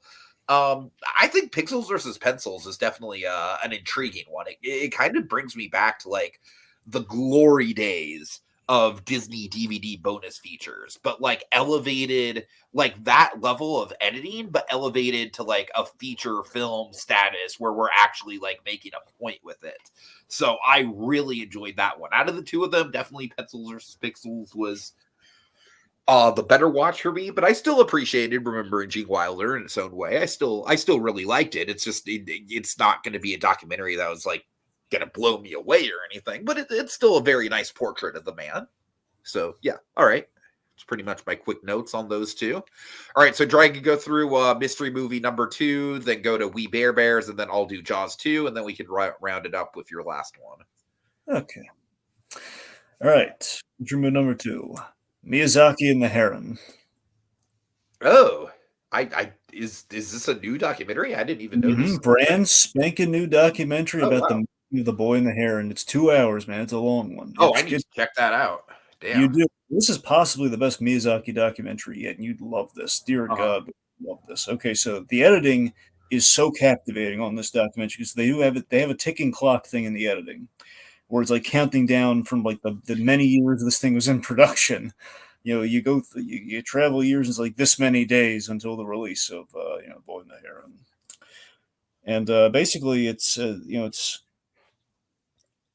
we really kind of see like we really get into Miyazaki's mental state via these clips of the Ghibli films, like here and there. It's like with the editing, just like interspersed, you kind of see what's going through the guy's head by proxy. Like we see a little bit of Totoro, we see a little bit of Kiki, a little bit of this and that, and it's again, there's like a trilogy of Miyazaki documentaries, which I find fascinating. By the way, we have like Kingdom of Dreams and Madness. That's basically about the making of The Wind Rises, which was the initial retirement. Mhm. The Never Ending Man, which was him doing the short after he retired. The Boro the Caterpillar, which is basically Miyazaki coming to grips with the potential of CG animation. Uh-huh. And then we have this, which again, it's the arc of the arc going from like a guy's retirement and to sorry, basically go from the guy's like the guy's last movie to basically the guy reflecting on the potential retirement and basically kind of a disenfranchising with the industry and CG reinvigorated the guy. Basically, it's like I don't want to do more CG, but this does make me want to go back to making movies. Because essentially, it's me is like saying, you know what, CG, it's not for me. I'm not gonna do it. Uh-huh. I'm gonna I'm gonna go back to 2D. I'm gonna see if it leads to this great payoff where it's like that he's duty bound uh, to do this and just kind of like do one to try his hand at one more and the ambition of like, do I have one more in me? And he's basically here's the fascinating thing: when you look back on the Boy and the Heron, you assume like, okay, that's Miyazaki mainly driven by his relationship with his father and the whole post war thing, which it's there. But what this film reveals is that he's actually the movie's about dealing with loss more than anything else. And Miyazaki lost 2 friends during the making of this movie, and they basically pushed him Oh like, wow. "Hey, do one more." Right. So they are represented by characters in the movie. Like Kariko is the lady who basically is the reason he's doing the movie. She basically pushed him like, "Hey, you Michiko Yasuda is the real life inspiration though. So she was like an animator, worked on him, and she was friendly with him. And she's like, yeah, you can't stop making movies. You got to do another one, man. And then in the midst of making the movie, she passed away, and that really affected him. And then you have his longtime mentor, Sayo Takahata, who is basically Pak-san. Pak-san. This guy is like he's basically represented by the grand uncle, like the Mark Hamill character. That's this guy. Uh-huh. He's like the mentor. So it's basically it's a so I rounded out here. It's like an old man Logan story for Hayao Miyazaki, where he's getting up there. He's over 80 at this point, and And again, it's just these batteries are wearing down, and you see him. We're actually acknowledging this in the documentary, and the clock is literally ticking, and his friends are all of his friends are dying off around him, and he's in. We see him enduring like a master throughout this whole thing. It's a riveting documentary. The party's wondering, is he going to be able to do it because he keeps reanimating everything by hand, before Is they it actually. kind of like the Frozen 2 documentary a little bit, where it's like, ultimately the movie does come together, but there's still kind of like a suspense of like, how the heck is he gonna do it? Yeah, yeah, no, absolutely. There's Uh-huh. yeah. I mean, it's 2 hours though, so maybe it's a little too long for most, but it is great stuff. It's if you ever had an interest in Miyazaki, this will tell you everything you need to know about the man. Uh-huh. I'm saying there's a trilogy of Miyazaki documentaries, and this is probably the best one of the bunch so far. Nice, nice. Okay, so We Bare Bears the movie. Essentially, this is the series finale, and then so you binge the show, and then you go to Hulu and you watch the movie. Why this is not on Max? Do we need to say more? It's Max. Zasloff. Zasloff. Bad Zazzy. Bad Zaz. Kogias, to answer your question, they're gonna nominate stuff about like wars and politics and diseases and that kind of shit. That's the topical stuff is everything that the Oscars go for. And I have not seen the documentary about Princess Kaguya, but definitely might check it out. Anyways, go ahead, Dragon. I'm Well, sorry. that's the thing. They mentioned that. I don't know if he's talking about the one because it was basically the making of The Wind Rises and that movie. So I don't know if Uh-huh. that's what he's talking about. Anyway, Possibly. so that was the first one. Okay, so We Bare Bears the movie, essentially series finale. It's quite good. It ends a really nice sticky. It feels like an event. There's kind of an Ed, Eddie big picture show kind of vibe to it. A little less in. I mean, there's act, there's tension, there's stakes in this one. I won't lie to you. But there's it's a travelogue. It's like most finale cartoon movies. They're traveling. They're heading to Canada. Uh-huh. Yeah. So yeah, basically, if things are here's the weird thing. So this was released during the pandemic, and it really feels like Daniel Chong, the way the show feels. Had this been in production like post, it feels like they were in production at the start, like right before the pandemic, then it hit, is what it feels like, or like it was released during. I guess what I'm saying is it feels like they would have like addressed the pandemic in the show had it been like during the pandemic, because that's kind of the vibe they kind of do in that show. Uh-huh. Anyway, so yeah, like the stakes are high, and we kind of put the brothers through it here. It's there's someone is pursuing them, and there's some introspection, and you're rooting for the Bears the whole way, and there's a very big climax, like on the edge of your seat kind of stuff by the very end, and it's a satisfying conclusion. I'll say that much. So it's definitely again just Tiki again. I don't think I sold it well earlier, but just trust me, you got to watch We Bare No, Bears. you sold it. I mean, I'll definitely check it out. I don't know if I'm gonna like commit to watching the whole show, but Well, that's fine. I'll Just watch up check the it tote out. life. Just watch up the tote life. Uh-huh. Okay, for sure. All right. Oh dear God. Hold on, Dragon. I can literally hear my grandparents going to Dragon. Do you want to cover Alien really quick, and then after they go to bed, I can briefly cover my last one? All Sorry. right, all right. Okay, so Alien, yeah, we covered this for hijinks. I'd seen I'd been on the great movie ride. I'm no dummy. I know what happens in Alien. I've absorbed it through pop culture. Yeah, but that's the thing. I do documentaries and everything. I know what happens in Alien. I just never sat down from start to finish because again, I have like horror movie aphasia.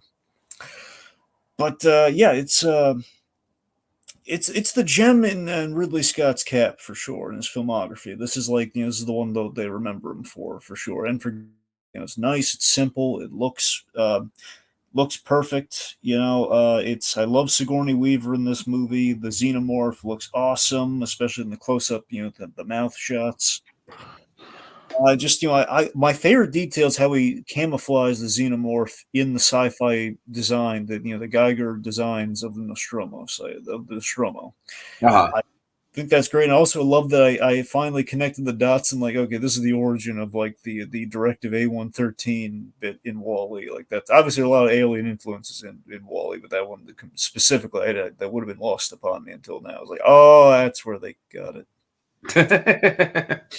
Yep. Nice, nice. All right. Alrighty. So yeah, my final movie is going to be this is a hell of a one to end out on, right? The one, the only Jaws 2. Now, Two. Dragon, I watched this movie on cable when I was working. I do caregiving for my brother. My brother happened to be sick and in bed that day, so I didn't really have a lot to actually tend to with him. So I kind of had a free day at work, That's and I kind of was sad. Like that's the best. That's the best day for you when he's sick. no, honestly, it's not because like it goes by super slowly. Like, yeah, I can watch TV and shit, but it's like my the thing with work for me is that I never like to I never like to just not do anything. You know what I mean? I'd almost rather be actively doing stuff. But anyways, so so like I saw this on TV and I saw, I think AMC was playing the first Jaws and it was like at the climax. And then I saw like, oh, Jaws 2 is coming up right after this. And it's like starting at the beginning. And I've never seen Jaws 2. That's perfect. That's going to kill an afternoon. And I will say I was into this movie in the first act because, it's like we're back on Amity Island. We're following Brody. Uh there's one scene in particular where Brody is like on the watchtower on the beach and he sees the shark and nobody else sees the shark and he's like trying desperately to get people out of the water and it's in vain and nobody's listening to him. That scene was great. Like I feel like that scene was like straight out of the original almost. Um, the element that Jaws 2 just completely falls apart on, though, this movie is way, way too all in on like the teen characters and like building up like a roster of teen characters to kill in slasher movie fashion. And you see a lot more of the shark, but obviously seeing a lot more of the shark gives you diminishing returns. Obviously, the power of the shark is that Spielberg knew exactly when to show him. Um, so it's a very mediocre sequel. I don't think it's like a terrible sequel. It's definitely like out of the three Jaws sequels, I would imagine it's probably the best.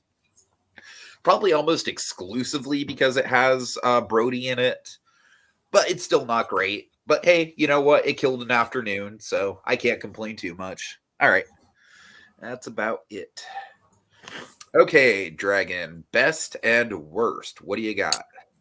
Oh boy, this is a tricky one here. Can you go first? Sure. Best, I'm gonna have to go to My Old Ass. Seriously, that movie kicked my ass emotionally. It's definitely gonna be a movie that I will revisit. I feel like it's gonna be a movie I will revisit multiple times throughout my life. And honestly, at this point in my life, it's hard to sing a bigger praise for a movie than that. And worst, definitely between Jaws 2 and the Garfield movie. I'm probably going to give it to the Garfield movie just because at least Jaws 2 had some Brody action in it. At least it had the Richard Dreyfuss factor. If it didn't have that, it wouldn't be nearly as good. But since it does, that it is what it is. It's got Amity Island, it's got Brody, so it's got some flavor of the original Jaws movie. The Garfield movie basically just has the first 10 minutes and then it kind of falls off. So yeah. All right, worst for me. I mean, de facto, it's got to be the. I think it's got to be the Garfield movie. Yeah. I feel bad, but in terms of best, I have a plethora of the best here, man. There's a lot of good stuff here. I mean, I think again, de facto, I might have to say Alien because I mean it's Alien. I mean, that I, makes sense. I kind of have to because I mean it seems very, very. It's the classic, man. Right. I mean, beyond that, if I like asterisks, I would say like the Thunderbolts. I would say I don't know. It might be the between the Wild Robot and probably Rebel Ridge. Honestly, Rebel Ridge might be like the big. That was the one really like I'm just gobsmacked by. Like, wow, that Rebel Ridge was really good. Nice, All right. nice. Okay, well, that'll be it. Big thanks to Kogias and Little Blue for joining us in the chat. As always, you guys are awesome, and especially a big thanks to Little Blue for saving our ass with the thumbnail. All right, well, folks, we've waxed on long enough, and now it's time to put the pen down. Until next time, we'll return for another fitting chapter in our movie memoirs.